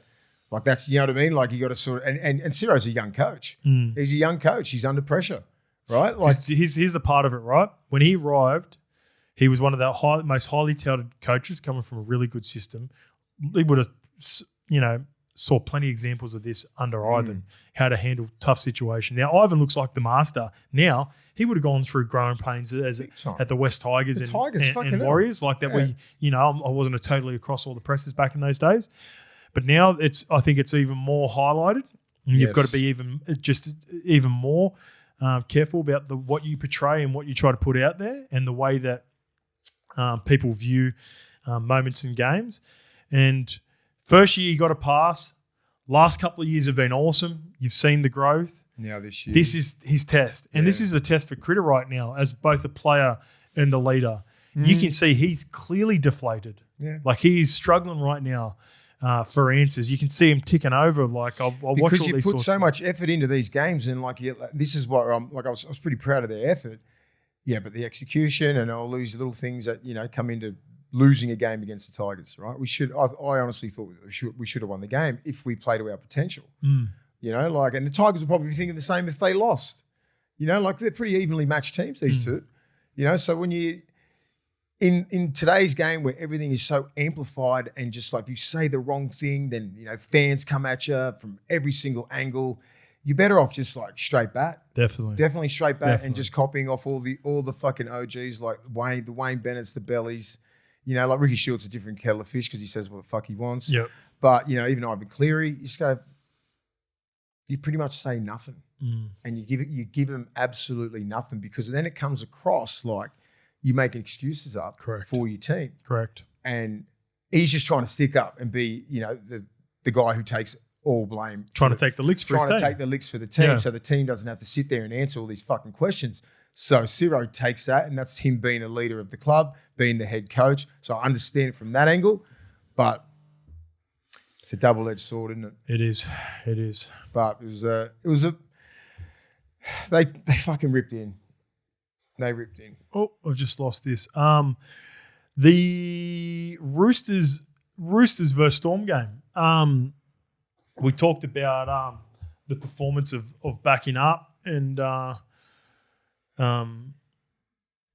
badge of honour. Melbourne have been the best at it over the years. Money was excellent, I thought, in this game. Harry definitely changed the game when they were unable to score points early on in the game. Harry come on and just cleaned up. Obviously scored the try, but just looked so much cleaner. And I thought it was easily their best performance of the year. It was gritty. And the one part that I think a lot of people miss sometimes with little moments in games that's important to me is when I think it was potentially Moses Leo made the break down the left-hand side. Someone made a break. Oh, no, Sua Falongo. Kick return. Fucking sneaky quick. Yeah, he's gone. Leo, he's gone. Jesus. But they make a break down the left-hand side of the field.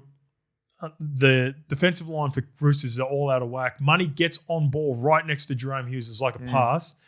And he gets a strong call. You can see he gets a strong call from Hughesy. But rather than trying to come up with a big play himself, it's just a quick tip on to Hughesy. Something like that would seem little to other people.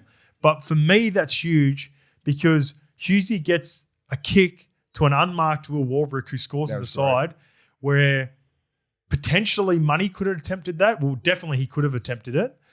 But Jerome Hughes out of the two has probably got the better pinpoint kick, and it was more natural for him on that part of the field with momentum.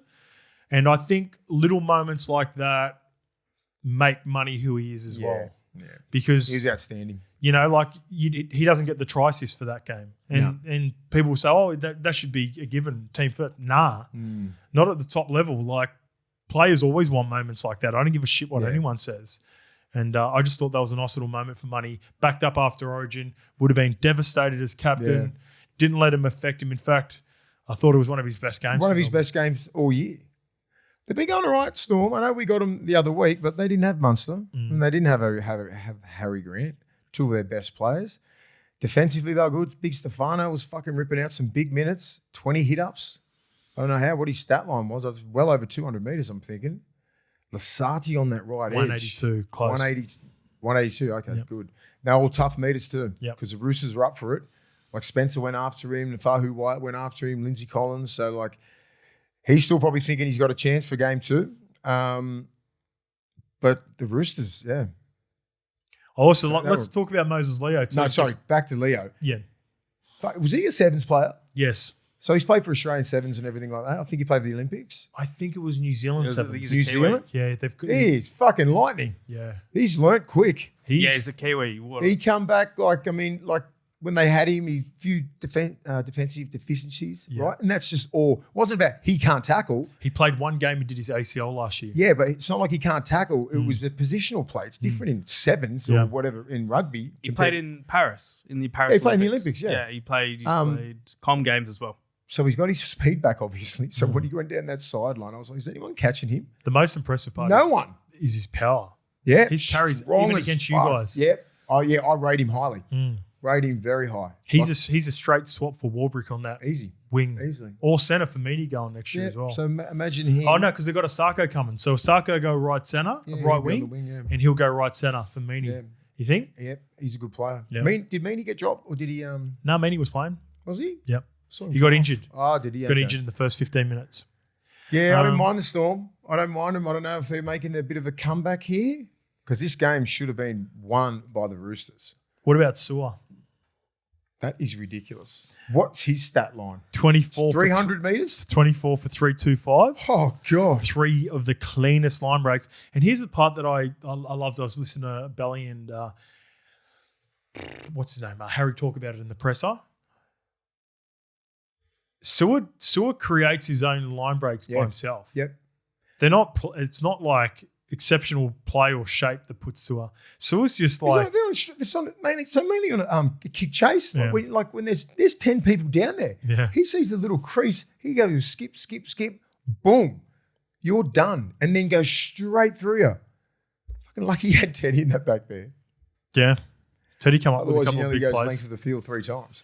They're a weird one the last couple of weeks too. So thought it might have just been a one-off against the Cowboys before Magic Round, and then they have the bye. But what do you think?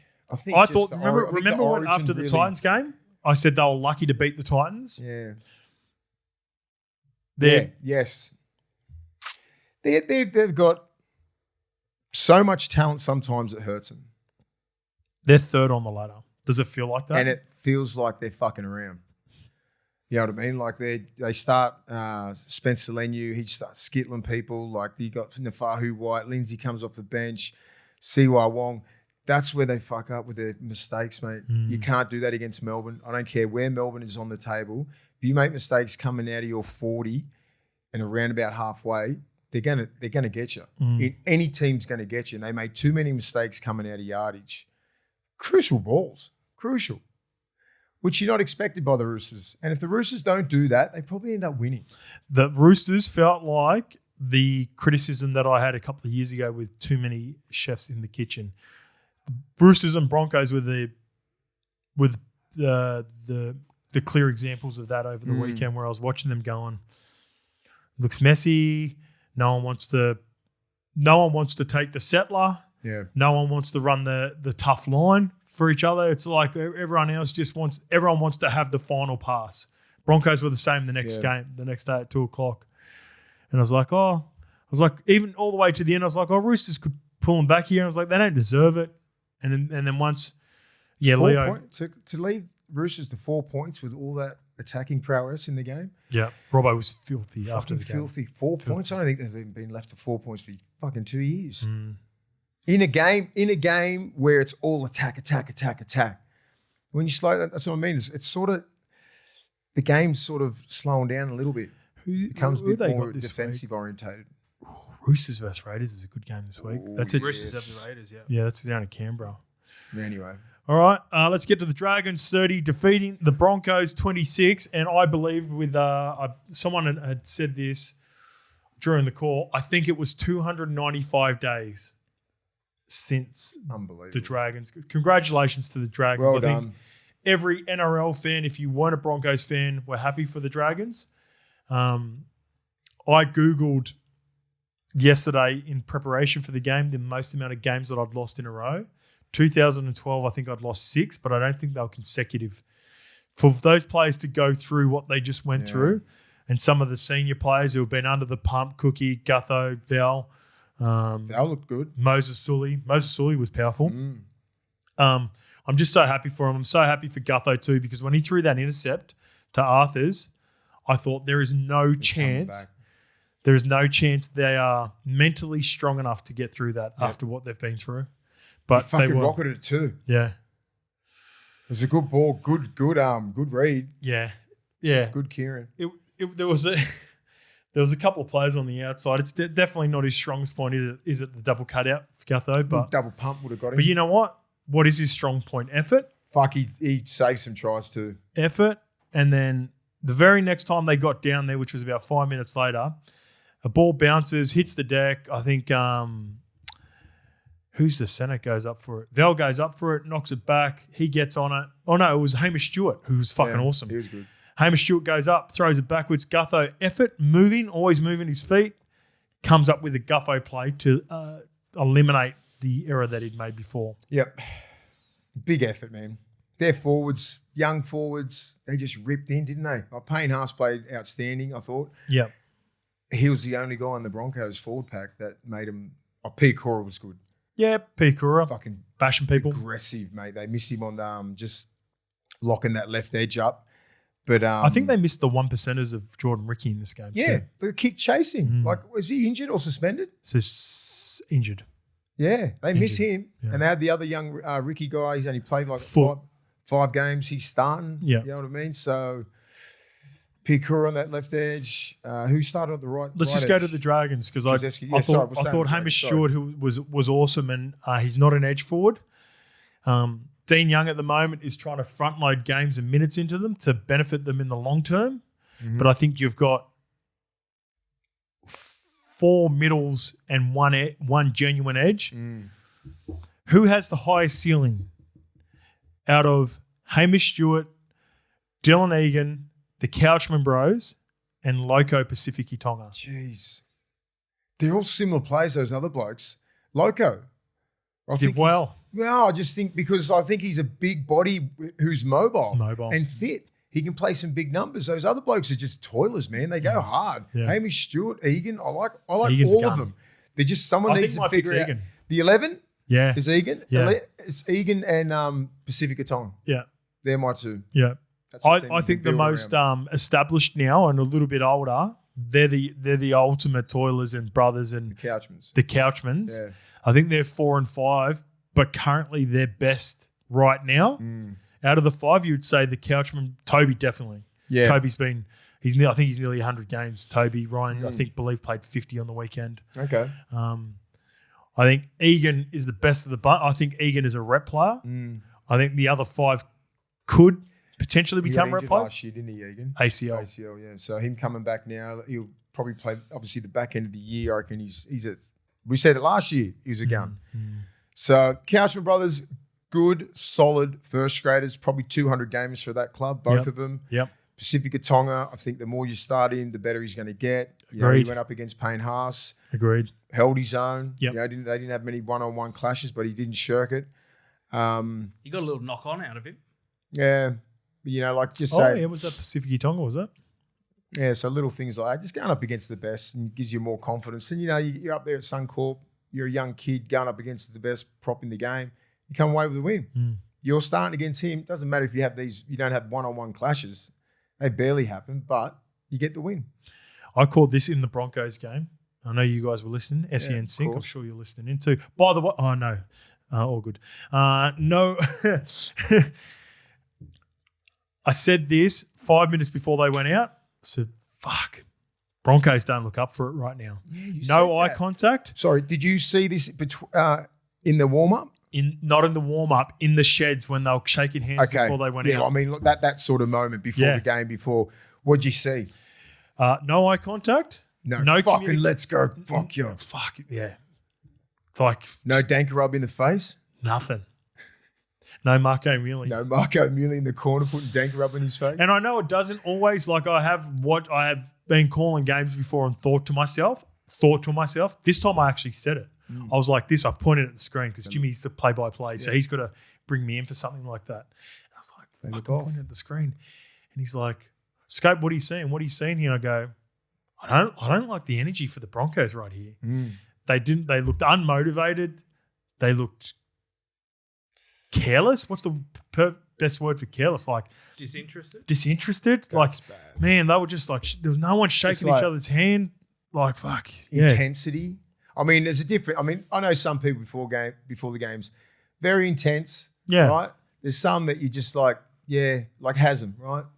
You're good, Has. Good point. Matt Utai, whatever. I don't need to see everyone yahooing, mates. me and Ogre, eye contact to the fucking death. Yeah. And Pricey, Razza, Ogre, Sonny, all the forwards, different level of fucking intensity. Yeah. Shifty, fucking whatever, Braith, do what you want. Just fucking, but middles and shit, that's a different level of fucking, of intensity that you need to come up with. Outside backs, fullbacks and that, like some fullbacks, General used to love come in, fucking let's go, because he knows you need the fucking engine room, fire this joint up. Yeah. Right? So halves and that, Shifty could be fucking on his phone Yeah. fucking 2 minutes before the game, which obviously you wouldn't be, but I'm just saying he was so relaxed, Shifty, you'd think that he was fucking going to sleep. Yeah. You ready? Fuck you.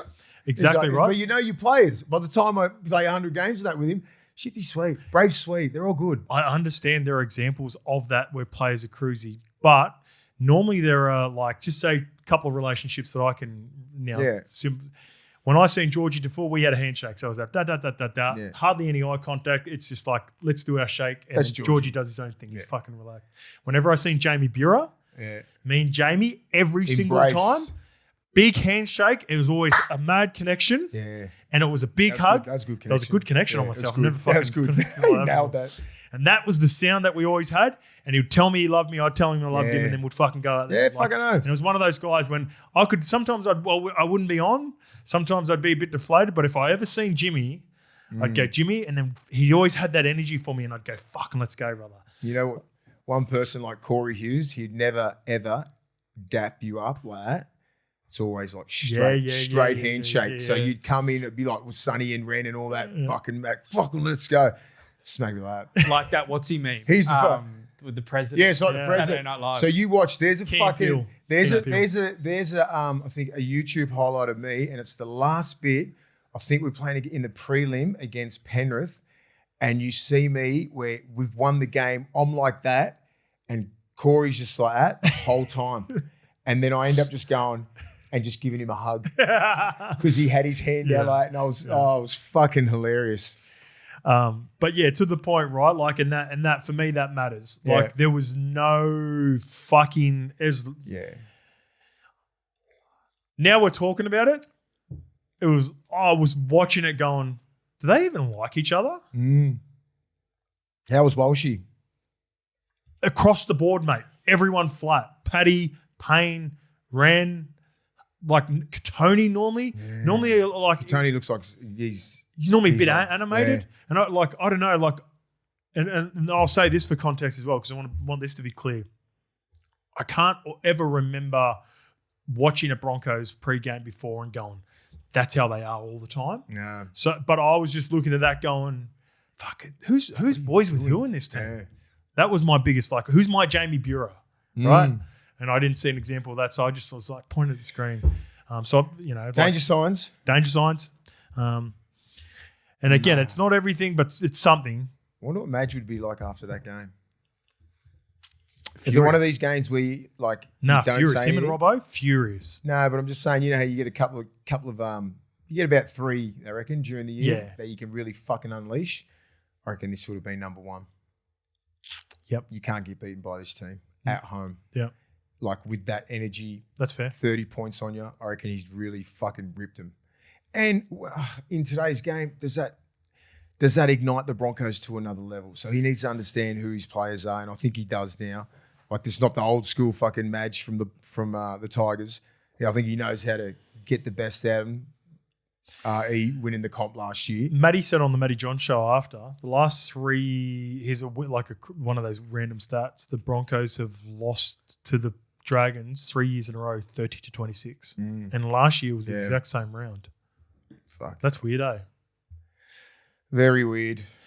And then they won the comp. Someone brought that up with Madge in the presser after, and he's like, "That may if we're hoping to go on a run like last year and rely on past experiences to get us out of this, then it's like Penrith got done by the bottom table Tigers that year, won the comp." Anyway, Paddy Carrigan out there too. He was a passenger. Like, what sort of foot do you have? Did when he you get fucking strapped come like back? He come back on. I don't know why. Madge said the doctors said they allowed him to come back on because he was good to go. But yeah, not a good run for Bronx Stocko. No. All right, let's get to the Raiders 26, Cowboys 12. Did you get a good look at this one? Yeah, 100%. This Raiders team could win the comp. That version of the Raiders. Okay. They looked outstanding. Yep. Everything about them. Joey Tarps, fucking KO Weeks, Sebastian Chris, like every single Timico, everyone. Ethan Strange. I'm like, that's the Raiders I want to see. That's the potential that they've got. They didn't look like winning the Cowboys. So I was driving home from SEN after calling the game, had the game playing and listening to it, but you don't get a good feel for it. Felt like similar, the Cowboys dipped the toes in. Yeah. Felt like the Cowboys didn't want to get into contact and they were playing a little bit pretty. And it felt like similar to, we'll talk about Casey McLean in a little bit, Ethan Strange returned to Canberra like he was an Origin player. Fucking oath. And we always say that, like, when you play at that level and then you come back to NRL level, you know that you're an Origin player when you come back and it's like kiddies. Right? No disrespect to the Cowboys, but he was way better than everyone on that field. He looked stronger, but it's the confidence and the aura level that he had. Timing? Yeah, everything, mate. Felt like it slowed down for him? Yeah, it does. And it does slow down. So it just little things like that, I'm like, fuck. Origin can be the best for some and can be the worst for some. Right? Well, especially on a debut. I've seen GI ruin people's careers on debuts, right? Yeah. Where I see a kid like that who was top 3 best player on the field. Yep. Brought that energy back to the Raiders. Was attacking on the left, was attacking on the right, setting things up, just looking beautiful. Defensively outstanding. He had everyone on. Ricky said after the game, he said Cleary and Moses have taken him under his wing in both State of Origin and Ashes. and Strangey's reported that back to him and said those 2 guys looked after me and couldn't have prepared me better for Origin 1. So well, this was Strangey the last time Canberra beat the Cowboys in Canberra. Oh, there you go. Did he just post that on his story? That was Caesar's Palace. Shout out to Caesars. Shout out to Caesar. No, they played good. Dane Laurie, magic stroke from fucking Ricky. He must Good, be great saying pickup. something. I know Dane Laurie was as an outside back, feeling could play 7, could play 6, can play fullback. Didn't know he could bang like that. He's had a couple of this year. He's rocked a couple of people. The Tigers game, he was trying to bash people. I think that's Who did he get in the that Tigers game? he sped that ruck up to a fact where sometimes the Raiders have looked cumbersome through the middle, where Horsburgh, Big Papa, Smithies, Tubbs has got different footwork. He plays different, but they all look very, not leg speed. They're wise. a toiling pack. Yeah, they toil. They hit with the late offload. Where this little fucker, if you don't get numbers in on him, he'll quick play the ball after Tubbs, straight through. He generates ruck speed. Yes, because they don't get that's that. What it's about. They don't get that creatively from Starling. Starling is all effort. Yeah. Our man Owen Paddy is the creativity, but Sticks is taking his time with him. It's one of those years. Starling with is because Starling keeps him out. I know, but he gave. This is my tinfoil hat. Was it last week? Last week against the Dolphins, he started Paddy, and I think it was strategically, it was like a sink or swim for Paddy. And what I mean by that is he started Paddy in a game without Hudson Young and Strange, which was not going to give him the best opportunity, right? But if you believe that you're that dude, you should be able to take us there. And they end up getting beaten by the Dolphins, and he played the first 30 minutes, and then Starling come on and finished the game. Yeah. But I remember watching that last week and then seeing that he was demoted back to the bench this week, and I was like, oh, that's interesting. Yeah. Huddy Young, outstanding. Yep. Backing up, short size. She's got fucking trick bag, man. How about Thomas Michaelia again? I was watching the game in the second half, and there were 3 occasions I thought he was going to score. I'm talking that far. A centimetre. Just fucking, oh, mate. They were off. The Cowboys were off, but the Raiders were on. Yeah. That's sort of that. This Raiders team, and I think the bye would have helped them. And I think this is one of those buys where you come in and you have fucking this proper meeting, some home truths being spelt out and fucking just spoken out loudly. Nothing gets out. Yep. Tell us what's your problem. Why aren't we performing X, Y, and Z? I reckon they would have had that. And then we start our year from here. Yeah. And I reckon the Cowboys were just at the opposite end of a motivated Raiders team. I think, was it Kez and Tom Travojevic on the show yesterday when I got back in between the games to the Penrith and Warriors game? And Kez said, I didn't see this originally because I was driving home, but apparently Horsburgh said Ricky created a little bit more fun within the playing group, and they started playing a few con games, offloads, all that sort of stuff. And Bra played good. Yeah. And he said that was a huge part of just changing the feeling in and around Joey training. Tubbs probably played his best game of the year, led by example. He always kills it. That's what you want from him. His first, you can't like we said it before with Tino. When you're on the back foot, you're on the back foot. You can't dominate the game like you used to as a front row. You get most of the ball, and you get that out of the Bra and Joey Tubbs.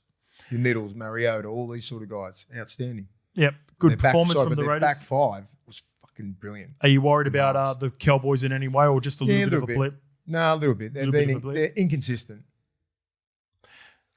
but I still think they can make the 8. But they could fall from 8 to 12. They could be in that range. Does this hurt Toddy Payton? Because all the yarns last week was the new deal and this, that, and the other. I think it's still a work in progress, that whole situation. Cowboys goes as far as Drinkwater wants to play. Yeah. That's what I look at. He had an off game, he had a day off, and they look fucked. When he's on, when he's 100, 200 meters, 2 try assists, line breaks, all that. They barely lose. He's the guy in that team. Yeah, he's the guy. He's the connection. We've been talking about how good Purdue and Chester and Lukey and some of these Mecchielli have been looking, even Lodgy. But when Drinky has a quiet game like he did yesterday, feel like his touches, like he had hardly any touches. He had 4 hit-ups in the first half. And he ended up making a couple of breaks towards the back end of the game. Started creating too late. Like you need Drinky just from the get-go. Where is he? 19 for 121 in the end. Fuck. It's bad, man. Yeah. Because he made a 50-meter break in the last 10 minutes. So did he? That all off. So I missed the last sort of final 10 or 15. So it was about a 70-meter gain for him. Yeah, well, okay. What about off the back of that post we did with Alan Tung last week? We had the person who has the sign was in the comments. Oh, yeah? One of the Raiders fans. Oh, sick. Pages. Oh, nice. They love you, the Raiders fans. Yeah, they're good, mate. Because you're tied with Ricky, that's why. Yeah. You're Ricky's boy. Fucking Ricky's man. All right, let's get to the Panthers versus Warriors. By far the best game of the season. Yeah, Even without all the star power. That's what I was worried about. I was like, damn. Because I didn't really know Cleary and that weren't going to play. But forgiven. Yowie. Was it just Yowie and Toto? And Toto, yeah. Bizarre. Well deserved. They deserve that. When you get to a level of that in your game and you have the depth of a Penrith Panther team, like Cogger comes in, just sort of fills a gap. You still got, Blaze Talangi. At this point of their journey and where they're at now, they need reasons to be extra motivated. Yeah. For And, games like this there as are well. there are a shitload of storylines in this game. First versus second. Origin players out for both teams. Cleary versus Webster. The amount of respect that those two have for each other. The amount of respect that they've got for Fisher Harris. Yep. And I was trying to talk myself into all the reasons that the Warriors needed to win this game so they could cement a top 2 spot. If you're the Penrith Panthers, you are viewing this Warriors team as your biggest threat. Yeah. So and we if beat you with 3 of our best out. If you can psychologically beat them in a game like this without Nathan, Yowie, and Bizza, plus make it harder for them to retain.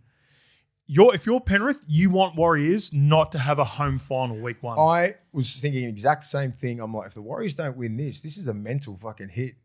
If the Panthers can get you without their 3 best players, and I know you've got Capewell, Barnett, Capewell out, yeah, Boyd and Roger in the last 2 weeks. I understand. And Metcalf is just lurking. That's why I look at this game and I go, it's just a win on points. That's about it. Yeah, it doesn't mean that much.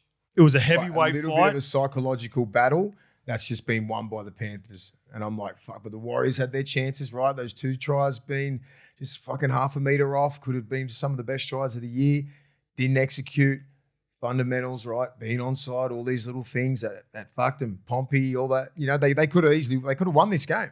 Do you know what my comp for this fight is? Is it the Tyson Fury versus Wilder fight one?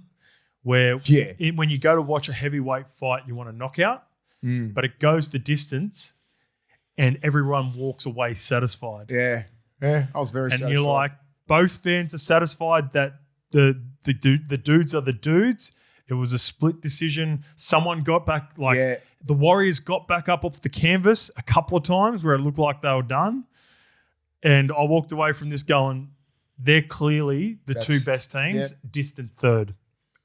That's exactly what I did. Yeah. I just thought Panthers won because they just know how to execute and they just don't give in. You can't give them any sort of breaks. Like I thought the Warriors had their moments where I'm like, fuck, they could get this. And it was so even. I'm like, oh, it's going to come down to a tight one where if you're the Warriors fans, you should be proud of your team. Big time. And if you're the Panthers fans, you're like, fuck. Even more so. We got you without Cleary. And so that's a psychological thing where next time I know you're going to have Barnett and Capewell, but Cleary's the best player in the world. Isaiah Yo's not far off. Isaiah Yo is the second best. And then Brian Toto is the fucking best winger in the world. Ever. So that's where you're like, fuck, yeah. Maybe we should have won, but fuck it, who cares? They'll meet, I don't know when they're going to meet again. 23. Hopefully they'll be like that. That'll be still 1 and 2. Yeah. That's the battle that we want to see. Yeah. That's the one that counts. We talked about Casey McLean before, but my notes for this are similar to what we said earlier on the show. So if you're just tuning in for Panthers versus Warriors, he looked like the only Origin player out in the game. you forget how young he is too. Like when he was getting interviewed by Matty and the team Fox after, it reminded me of when I interviewed Rob Toyer at the start of the year. Just the fucking babies, mate. Yeah. So nervous. He's a But baby, like mate. fucking like, and this is no judgment. There's no way I could have communicated or gone to a cross at 19, 20. In fact, I wasn't even good, like not even close enough to go and play first grade, let alone be the star player, be playing representative footy, and have to cross to Matty Johns, Brian Fletcher, and Nathan Hindmarsh. That would be Massive. That's live. That's anxiety level 100. And you can't see him. All you can do is hear him. Yeah. You know what I mean? So you're just sort of like looking around going, yeah, you drop some F-bombs. I've done that before. Oh yeah, it was a fucking good game. And it would be taunting for a 20-year-old. Daunting. Yep. And taunting. And he taunts people when he's out there too. Mate, so he's he does a both. gun. You see how he's just that's what I mean. Like he's going to be going with Critter for that right side. Someone's going. One of those guys are going. Anyone who's in from numbers 2 to 5 is in trouble because Casey is a problem. Yeah, and I want him in the team. Like I'm like he's ready. Like he dominates. Playing against what? Playing the Pacific Cup, 4 tries. Yeah. Like Even there's nothing that can phase this kid. Ivan said in the presser, he's like, oh, look, I know I said a couple of weeks ago, I didn't think he was ready to play on the wing. Yeah. Because he hasn't done any reps. He literally hasn't done any reps. He's only been doing center reps for us. He went pretty good. I love that. Yeah, he went pretty good. He's fucking, I would love to. Like, Ivan has become easily my favorite fucking coach. Yeah. Like, if you could, all right, give me fucking, you can pay, what's the correct number? $1,000, and like there's a package where you can go and sit in a box to listen to a coach. It's him every day of the week, right? Who would your coach be? It'd be worth more than $1,000. Huh? It'd be worth more. No, but just like hypothetically, just a hypothetically a number, what? It's sort which of is like reasonable. $5,000. It'd be $5,000 to sit in the box with him. Fucking be $100,000 Him, I'd rather be with Belly because you need to make it affordable for people to actually want to do it. Probably 50. Do you reckon? Like a major sponsor would pay $50,000 to sit in a box with a coach. I'm thinking of that. I don't think he gives you anything, Cleary. Like animated, he's not very animated or anything like that. Would you pay $50,000 to go stand on the sidelines with Stick? That's what I was going to say, Stick or Benji. Madge at halftime, come down. Person to sit with because they know what he's like. Yeah, because they always cross to him. mate. That's a They good cross to him, and like you'll see like a smart, like they always cross to him when he's blowing up, but you just want to see what he's blowing up about. It's like that internet thing where it's like, would you prefer to have $500K or dinner with Jay-Z once? Yeah. So it's like just the coaching version of that. Yeah. Make it That's a good one. Jay-Z's not my guy, but I'm just trying to think of Would some you other be guys. like even Wayne Bennett? Like I've been in the boxing thing. I've been in the box with Wayne. Fell asleep. Who's Wayne or you? Wayne. No, Wayne fell asleep. Yeah. Wayne fell asleep. This is fucking 12 years ago. Another good tangent. Scotty Sorensen. He looks big. He's been a great servant for the Panthers, hasn't he? See him taking those carries off the kickoff. I just love the fact that he was the left edge there, and now Papali'i's got that edge, and he goes, all right, fuck it. Give me a middle spot, and I'll do a job for you in the middle. Everyone talks team first. He's that guy. Everyone talks team first until it's their. Someone said this the other day. Their turn to be a team player. Team player. Yeah. I think Ricky said it a couple of weeks ago. Scott Sorensen. Personified. Yeah. The ultimate grind. Late bloomer. Establishes himself. Premiership winner. Kiwis back rower. He's a fucking beast. He's now changed his role to a 30-minute impact front rower. I think he's put on about maybe 3 kilos of solid muscle. He's a big fella, and he's big, solid. They licked him ripped too. Anyway, They licked loves him. it. Yeah. I didn't know who was coming off the back fence. Yeah. I didn't know who it was. I was like, "What the fuck is that? Fuck, it's Sorensen." So I think it's maybe because he's had a few soft tissue injuries and everything like Hammies that. last year. Hamstrings and that's because like you're moving different out there on those edges. Yep. His movements will be different in the middle. I think you can get more out of him. One of my favourite parts of this contest was when Fish got in the face of Alamotti just before that try. Jeez, that was solid. Fuck, that would have been daunting. There's Daunting's back. If you're Alamotti, I think because Alamotti just laughed it off. went, fucking, what do you want, mate? Sorry. It was just sort of like, I don't know what it was. The funniest part of it all. So Fish gets there, doesn't do shit, right? Stands his ground. Apparently hit him with a few wolves. Oh, more than that. I think he said hit him with some fucking Ric Flair. You're trying to hear the communication between the ref. He was trying to argue his case. I just stood there. He also talked about it after the game. He's standing there. This is where I found it really interesting. He's in the face of Alamotti. Alamotti handled it perfectly. Dylan Edwards comes in. But this is what happens. Dill sort of goes, it's Fish. Like it's got to register quickly that if anyone else, they're getting a stiff arm in the neck or face or whatever. He's got to push. And then Dill just gives him a push on the shoulder. What are you doing? Because he's like, fuck, that's our dude. That's our guy from. And then he pushes premierships. 4 premierships. He pushes him, and then they start a fight with someone else because they can't do it to Fish. But Fish, guess where Fish is? Over there, getting lectured by the ref, going, "You started this. You started this." Yeah. Another one who did that way back. Bulldogs, fucking Tigers. Luai did the same thing. Pushed, and then found it and ran. Not ran, but he started it, right? On Tupanua. And then fucking he just goes out the back and just starts laughing. Yeah. And then Toops is like, fucking bang, hits someone for like Taruva.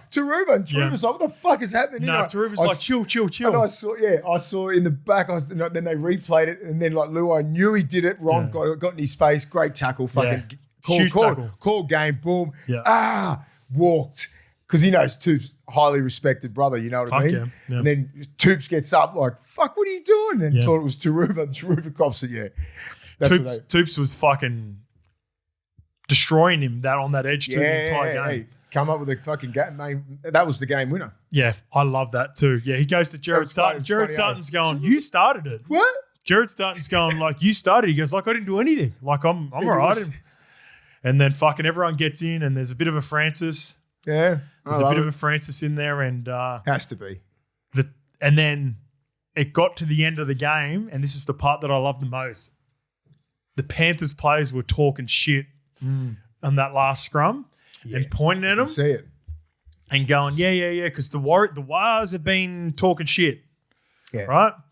And I'm all for it. Yeah. Like when you've got that energy, when you're winning and you can stand over people, it's all good. And the Panthers have watched games and just gone, all right. And then after the game, bang, talk their shit for about 30 seconds, embrace, back to brotherhood. Yeah. That's the way it is. That's exactly how the game should be played. It was awesome. Aggressive. And I think both those two teams have just realised, like Fish said, hey boys, like fuck, how good was that? Like he said that he went up to a couple of players in the sheds. He goes, we loved it. Like we love being in that contest. It's going to be, I hope this will be either a grand final replay or a prelim. Definitely a prelim. Would suck if there was a prelim and they were both dominant. Well, I'm hoping that it's not a prelim so they see each other. 1 and 2. Yeah, that's what I'm saying. I would love to watch this as a grand final. I can see final. someone drop a little bit. Maybe the Warriors. Yeah. Well, just because of the injuries. Metcalf comes back. I'm not sure where. Well, the Wars haven't played at Go Media Stadium since round 7 as well, Mace. So their away game was Magic Round. They also took an away game. Yeah, they've been away for what? Wellington? 4 or 5 weeks, haven't they? 6. So they've done well. Outstanding. Now they've got the bye. Rest up, boys. Yep. Well deserved. Wade Egan. What happened to him? Is he a chance of the 9 spot for Brayley? Is it? Finish off with this. If we're thinking. Laurie said he wants If he wants 2 9s, yes. Egan or Carousel. Fucking Mitch Kenny's unlucky. I know. See, all Mitch Kenny the Panthers didn't have, sorry, because they had Lussick. Yeah. So Mitch Kenny's a massive part of that team. True. You forget about Mitch Kenny. Yeah, always forget about it. So, yeah, it would be Wade Egan. 100%. If you're going with 2 hookers, he's the. I would say Uppy's the favourite across, as in the consensus with the fans. I've been a Wade Egan guy for a long time. I thought he missed his jump a couple of years ago when he had the HIAs and injuries and couldn't string consistent footy together. Mate, the way he rips footies from his hips when he's looking the other way and there's a late call There's no one better in the comp at that skill. I don't think Appy did himself any favours coming off after 20 minutes. You only got one more game and then you're in camp. It's a huge game. Who they got? Do you know what I'm saying? Two games? It's not. If Appy had got out 70 minutes, that's trust. Tigers versus Panthers. Perfect. Well, if he fucking dominates that game, perfect. Combank Stadium. I love Appy because I'm calling that game. You're only giving Appy 20 minutes, and do you want a running sort of player like an Egan? Do you need and the Wars have the bye. Yeah. So Appy gets an opportunity to really against Penrith. Depends if you want a creative. Do you want a creative sort of hooker where Appy's like that? He can run still, but this would be you'd want your coach to go, leave me on as long as I can get out. Couple of big moments in this game. Ali Lautea offside for the no try on Dylan Martinez-Lesniak. Huge play. Massive. Had all the momentum. The Panthers weathered the storm. That could have potentially broke them. And Jacob Laban, what a tackle from Dill Edwards. Yes. Jeez. He just couldn't position. Whoever was it Lautea near him? Just couldn't position himself. Was it Pompey? Yeah. Dropped to the inside. Yeah. I was like, fuck, get us to stay on his outside. So here's what happened. Couldn't see him. He either needed to draw and pass steady and find Adam Pompey, who started on the left, drifted to the right. Yeah. Or I think if he just went, fuck it, backed himself, he's a much better chance of beating Dill one-on-one for a late offload. Yeah. Skip through the tackle potentially. Anyway. Holy shit, we just went 3.5 hours. Is that 3.5? 3:20 or 3:10 thereabouts. Wow. But there you go. Plenty there for us to talk about. Is there anything else that I wanted to address? I felt like I had one more thing that I wanted to address. Why is it Go Media? They haven't been there? No, since round all 7? done. All done. What about it? Would have been Dill's 150, Mitch's 250 if he was available. Wow. That would have been a cool little moment. That was the only thing. All right. There we go. That's the show. Another big one. Hope you enjoyed that. And we will see you on Thursday to preview round 14. See you guys.